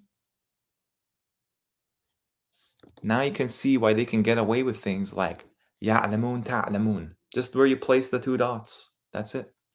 It would look the same. A few other mistakes are substantive variants according to Dahosh, including some non-canonical variants. Wow, there are non-canonical variants. So there are canonical variants as well. Powers say that some of these substantive variants show that the text of the Quran remained fluid and open to change until the end of the 7th century. Powers' book focuses on the fluidity of a single verse of the Quran. As a Muslim, how do you take this information? Do you really accept this? David S. Powers, François Desroches, you want these people to tell you what the Quran is? Look, honest guys, it's fluid. The Quran is fluid with its verses. It's not a definitive speech, doesn't have all the knowledge. It's just like any other scripture. You know, they think scripture is a laughable thing. They call Islam mythology. The manuscript had been stored with other Quranic manuscripts in the mosque of Amr ibn al-As in Fustat, Egypt. During the Napoleonic expedition to Egypt in 1798 to 99, the French Arabist Jean-Joseph Marcel, this guy, this is the guy. He's credited as the first person to recognize that the middle of the Rosetta Stone was in fact Egyptian demotic script, rarely used for stone inscriptions.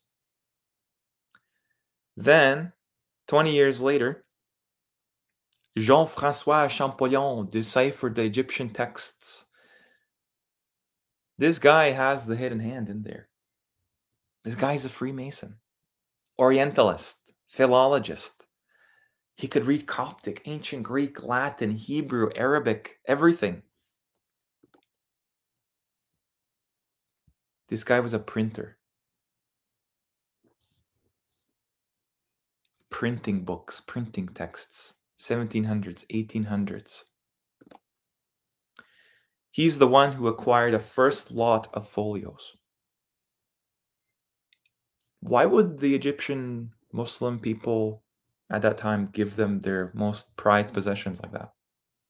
Was it stolen? Did they even know it was there? Was it planted evidence? There's so many questions that arise because you have to imagine how this worked, right? A few more pages were bought by Jean-Louis Asselin de Charville when served as vice consul in Cairo some years later. The Egyptian people, whoever lived there at the time, clearly were under an occupation force. Not unlike what you see in Palestine, not unlike what you see in many regions of the world. And the portion that was bought by Jean-Joseph Marcel, a person from his family that inherited him, she sold it to the Russian government. And it became part of the collection of the National Library of Russia. Besides the portions bought by Marcel and Cherville, 2 additional folia reached Europe separately. One is now in the Vatican Library, the other in the Khalili collections in London. London, Paris, Vatican, Russia. Just keeps coming up. They have everything. Let's trust them, guys. They don't have any motive to lie. They're experts. They have credentials.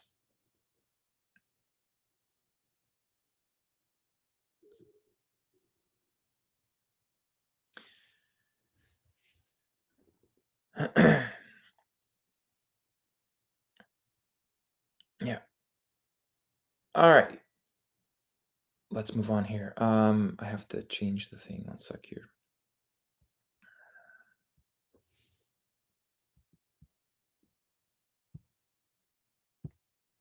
All right. Let's move on. These ones are from Germany. Germany enters the chat. They've been carbon dated. Where are the Islamic authorities? Apparently, this means that Islam is European because all the scholarship is European. Really. Doesn't it just mean that they're the ones that enacted this lie, this conspiracy, and then gave it to the poor people of the world as their religion? Dated to 649 CE to 675 CE with 95% probability.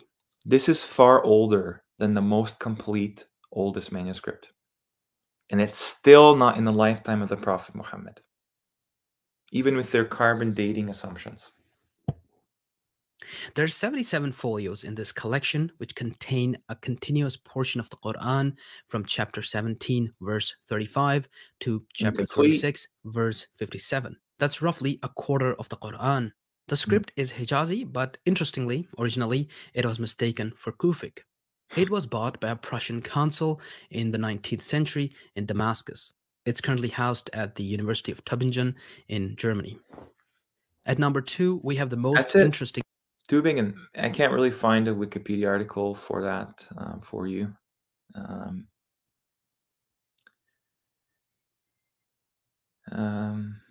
We talked about this one, I think. Yeah. So I think now we move on to the Sanat manuscript, right? Yeah, Sanat manuscript. We're going on 2 hours. Not bad. We're almost through the video. Yeah, so yeah, absolutely. Grammar logic. It's a compartmentalization. That's how things seem to run in the world today, even. J.R. Tolkien, during his service for the government, was able to create languages for communication and secrecy. Interesting, isn't it? It's not hard to make a language, actually, when you're from these societies that have immense resources at their disposal. Cosmopolitan cities. Same with Carl Jung. His understanding of archetypes was well known, but he was known for being an agent for the OSS that became active in media such as Disney and other industries. This is not a stretch of the imagination whatsoever. It's just, for us, it's very strange because the lack of morals you need to do this is insane. That's just how the world is, unfortunately. This is one of my favorite manuscripts because you're going to see this one really is problematic. existing manuscript of the Quran ever found, the Sana'a manuscripts. They were found during renovations at the Great Mosque of Sana'a in 1972 among some 12,000 documents. Think about this, guys. 12,000 documents in one of the oldest mosques in the history of Islam, allegedly. Among them was a manuscript of the Quran with, you're going to see basically a different Quran. And it wasn't even noticed until 1972. And they didn't know until they were making renovations. So if you think that Mecca is in Yemen, this channel does not support that whatsoever. Yes, some people believe that's where Mecca is. Yeah, that doesn't make it true. Just like the current location doesn't make it true because most people believe that. So apparently that mosque is all renovated now since 1972. And that's where they discovered this manuscript. And they weren't actually allowed to make sense of what that is, even though it sounds like they just planted it there to cause a fitna in the world. And then they had to ship all these German, European scholars of Islam. They couldn't actually figure out or read it. They needed someone to study it from outside. Let's go on here. Among these thousands of documents, there were various collections of the Quran, but it's tough to estimate which ones go together. Though this particular collection, known as the Sana'a manuscripts, is around 82 pages. On first glance, it's a normal standard Quran containing roughly half of the text. It was produced most likely around 670 CE or so, though carbon dating the parchment revealed that the parchment was produced around 617 CE to 647 CE. Scans revealed that the documents are a palimpsest, meaning the text we see on the surface was written after removing an older text. This means that the document has two layers of text, the newer upper layer and the older lower layer. While the upper layer is the standard text of the Quran, also known as the Uthmanic Quran, the lower layer is not standard. It is an alternate version of the Quran that has been named as the Companion One or C1 Codex. Tradition tells us that while Uthman standardized the Quran around 650 CE or so, it was a bit late. Other versions of the Quran were already floating around, with some being installed in mosques and some existing for private use. After Uthman standardized the Quran, he destroyed all alternate Qurans and sent his version to the major cities in the Caliphate. Now, these versions weren't like, for example, the Gospels or something. Right. They were different from each other in ways that we would expect copies of the same document to be different. In other words, their differences are explained as errors made by scribes while copying from a master copy. Here's the problem. I can admit that humans make mistakes when they write things down. No problem. The only issue is the Quran's memorized. There is no room for mistakes. The fact that mistakes exist in this generated,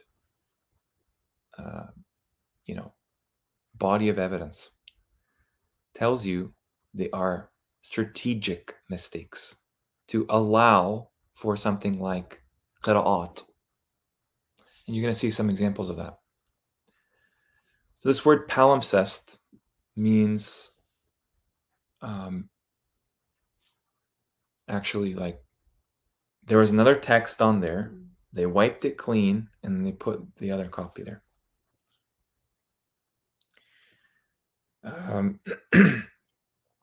So what they're trying to show you is the history of Islam is shady. The authority of the Quran is thrown into question. That's what he says there. Existence of alternate Qurans allowing for critical textual analysis. Why would they allow that? Why would Muslims believe in that? Oh, because their scholars believe in it. Their scholars are bought and paid for. And if you look at this Sana document, I'm just going to share my screen.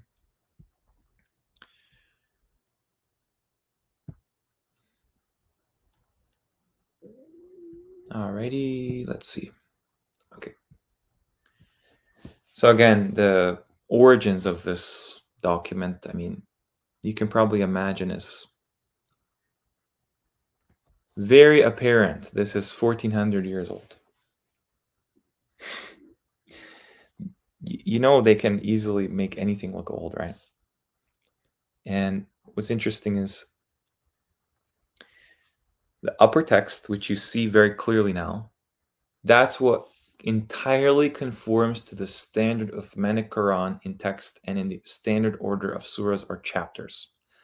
I don't know how, because there's no surahs there, there's no chapters, there's no numbers. It's just the skeleton of the Arabic.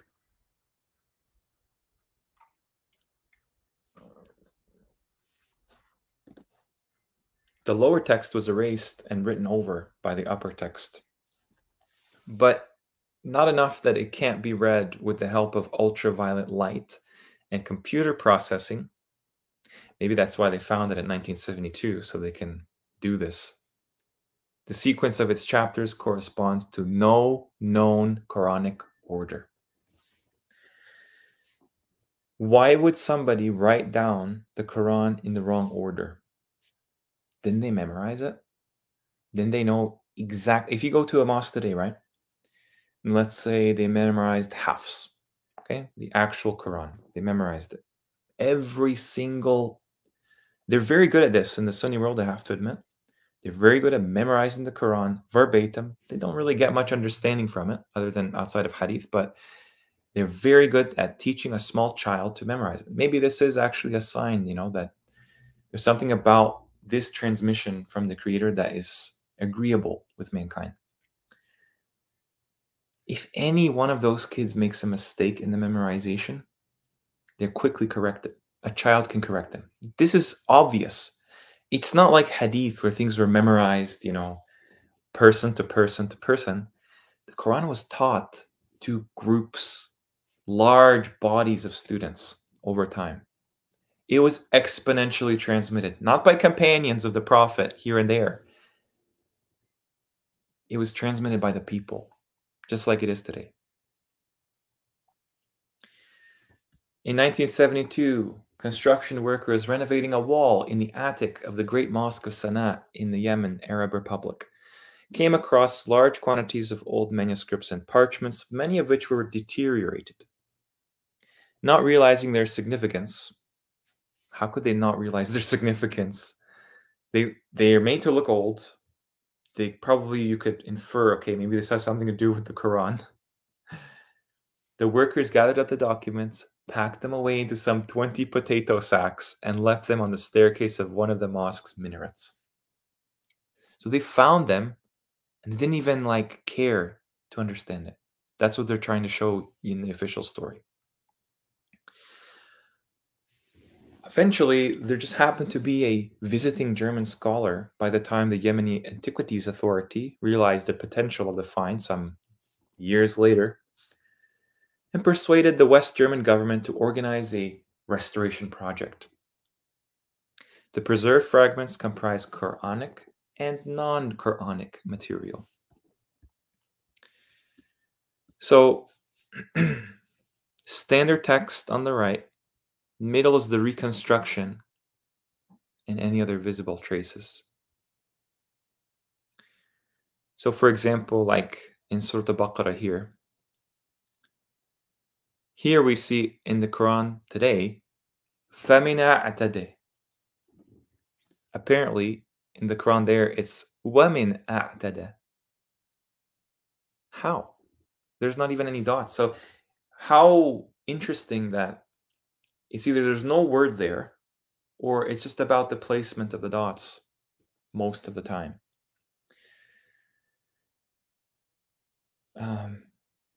This is what you find in the variant qira'at interpretations. This is what you find in these non-canonical variations. This doesn't differ at all like the Gospels. They're just minor differences. These guys see the problem, right? If there are minor differences, if there's any doubt in the Quran, it's not God's word.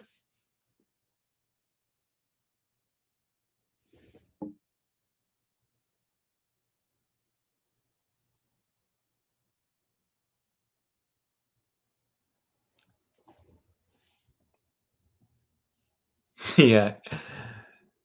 Yeah, we used to create treasure maps in school, in grade school, and they would look like that. You go and you buy special paper, and you start burning it with a fire, and they make it look really old. Exactly. So let me just,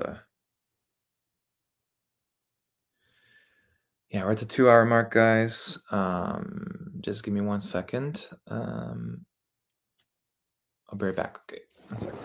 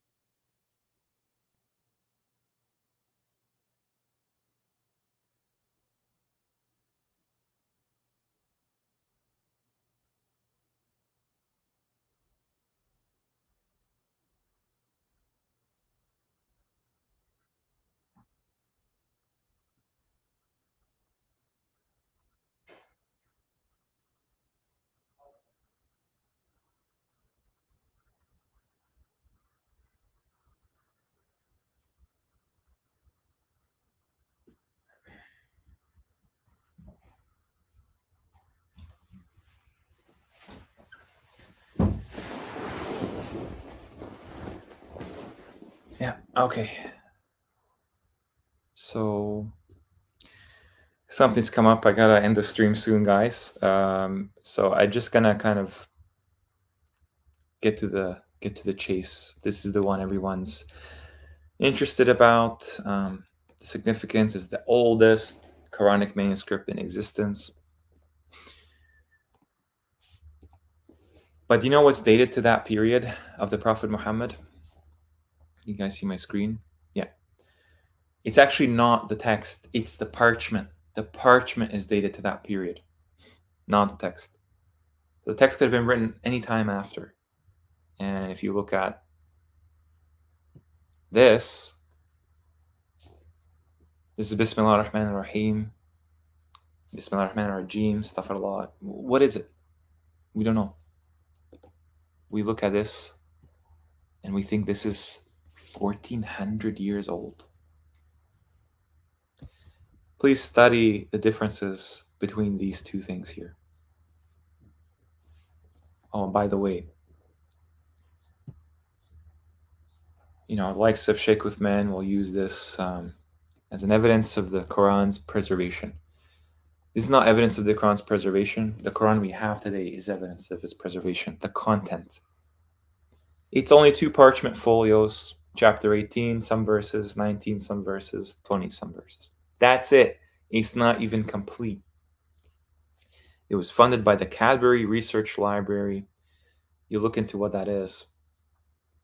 This man, this Syriacist Orientalist, former priest, was responsible for collecting them, collecting these into this Mingana collection in Birmingham. It was funded by the Cadbury, wealthy family Cadbury that makes those chocolate bars. They funded 3 trips to the Middle East in the 1920s. That's how they found them. They found them. Just like they found all the buildings and everything, right? Look at this. This is like so fresh. It just looks so fresh. And it will never show you what we have in our hands today in the past, ever. Yeah, the Timurid Quran. This is apparently the only one that is, it's not as old, but at the very least, you know, like it has some markings on there. It looks something like what we would call a Quran today, right?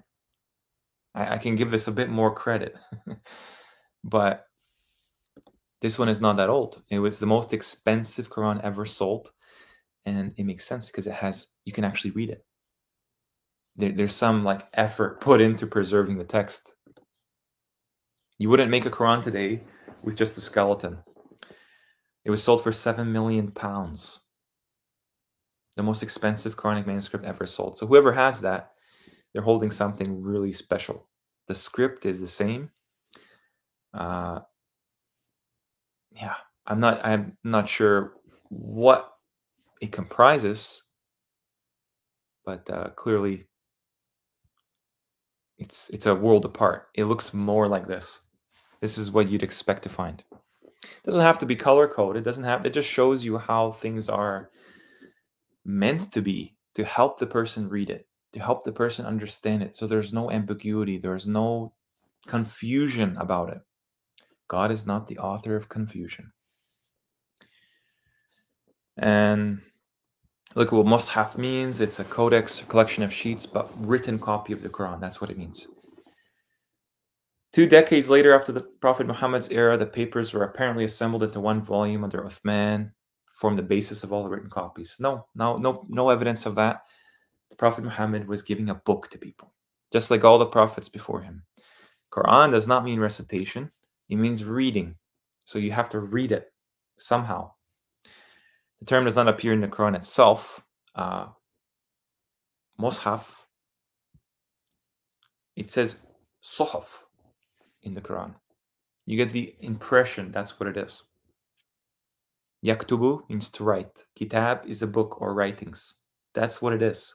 It's not simply oral. And of course, they have to make it this way because then they can take Quran verses and say they're abrogated. And you can say there's part of the Quran that was revealed that's not in the book today. That's what Sunnis believe. You don't believe me? Just ask them. Difference between Quran and Mus'haf. Quran refers to what the Prophet received from God in the form of 114 distinct surahs. It means read, qara'a. The first word of the Quran is iqra, read. Word is not found, Mus'haf is not found, but suhuf occurs 8 times. That means written pages. Written pages, purified pages, open pages, clear pages, honored sheets. This is the story of all the prophets had this. Something like that. Suhuf Ibrahim wa Musa.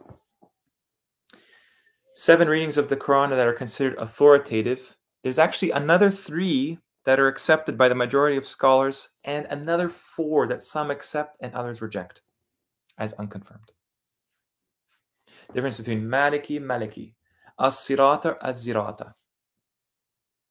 No.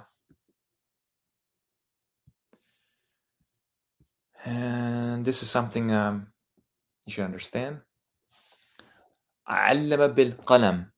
Is qalam a pen? Is it not? That's what the one who taught by the pen, used for writing. Literacy is encouraged in Islam, not discouraged.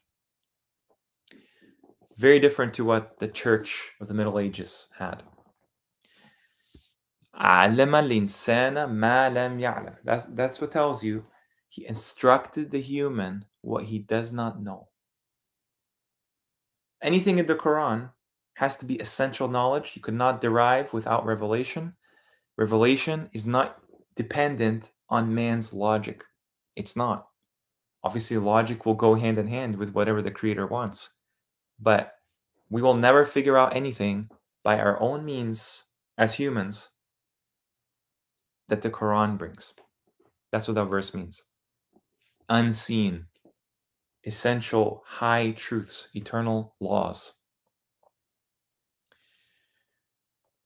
Allah says He will protect the Quran. He revealed the Quran.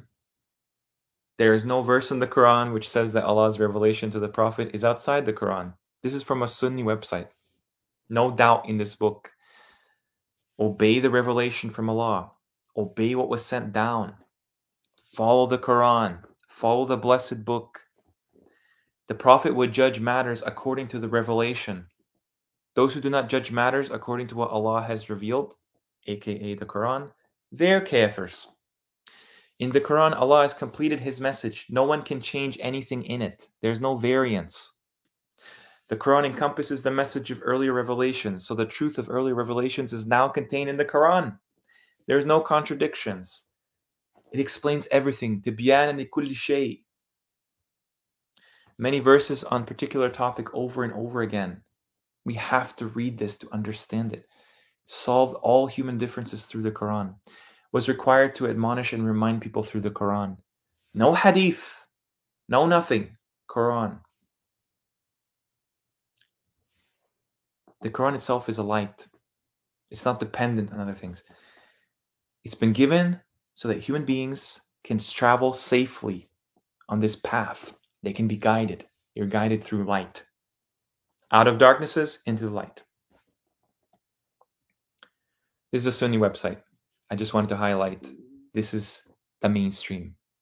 This is the guidance. This is the book. Okay? Whatever comes after that, you have to contest this.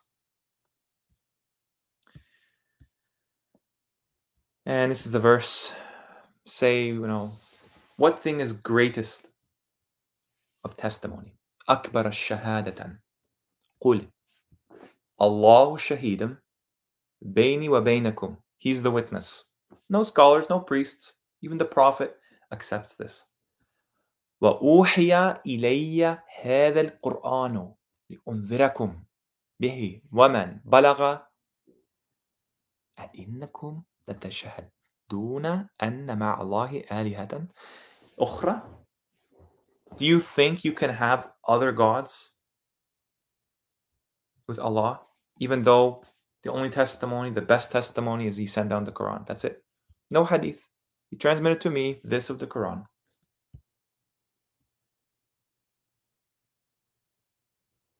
I do not testify there are other gods in the form of hadith next to the Quran. And hadith is not just the Sunni corpus or Shia corpus. It's anything else. Really, any other report from humanity. إِنَّمَا هُوَ إِلَهٌ وَاحِدٌ. It's so obvious. This is the verse. We نَحْنُ نَزَّلْنَا الذِّكْرَ. This is the remembrance for everything. The reminder, the remembrance. وَإِنَّا لَهُ لَحَافِظُونَ. He's the guardian. He's saying Him, along with the angels, that He instructs every single thing about their tasks. They're guarding Him. Burn all the Qurans. Kill all the Hufaz. It will not change anything. He guards it. Done. Easy. Whether it's oral or written, you will always have access to this book. And hence, the world we live in has a reality generated to make you not read this book and diminish its significance entirely. Okay. I think that's a pretty good summary. I was going to get into some of the symbols in the Quran, but yeah, something's come up. So thank you guys for joining me again. Yeah. Alhamdulillah. Alhamdulillahi Rabbil Alameen. Makal and Kali, I really like the way my mind enjoys listening to these episodes of the Quran in this day of age where focusing is so hard without interpretation, without interruptions. However, it is lengthy.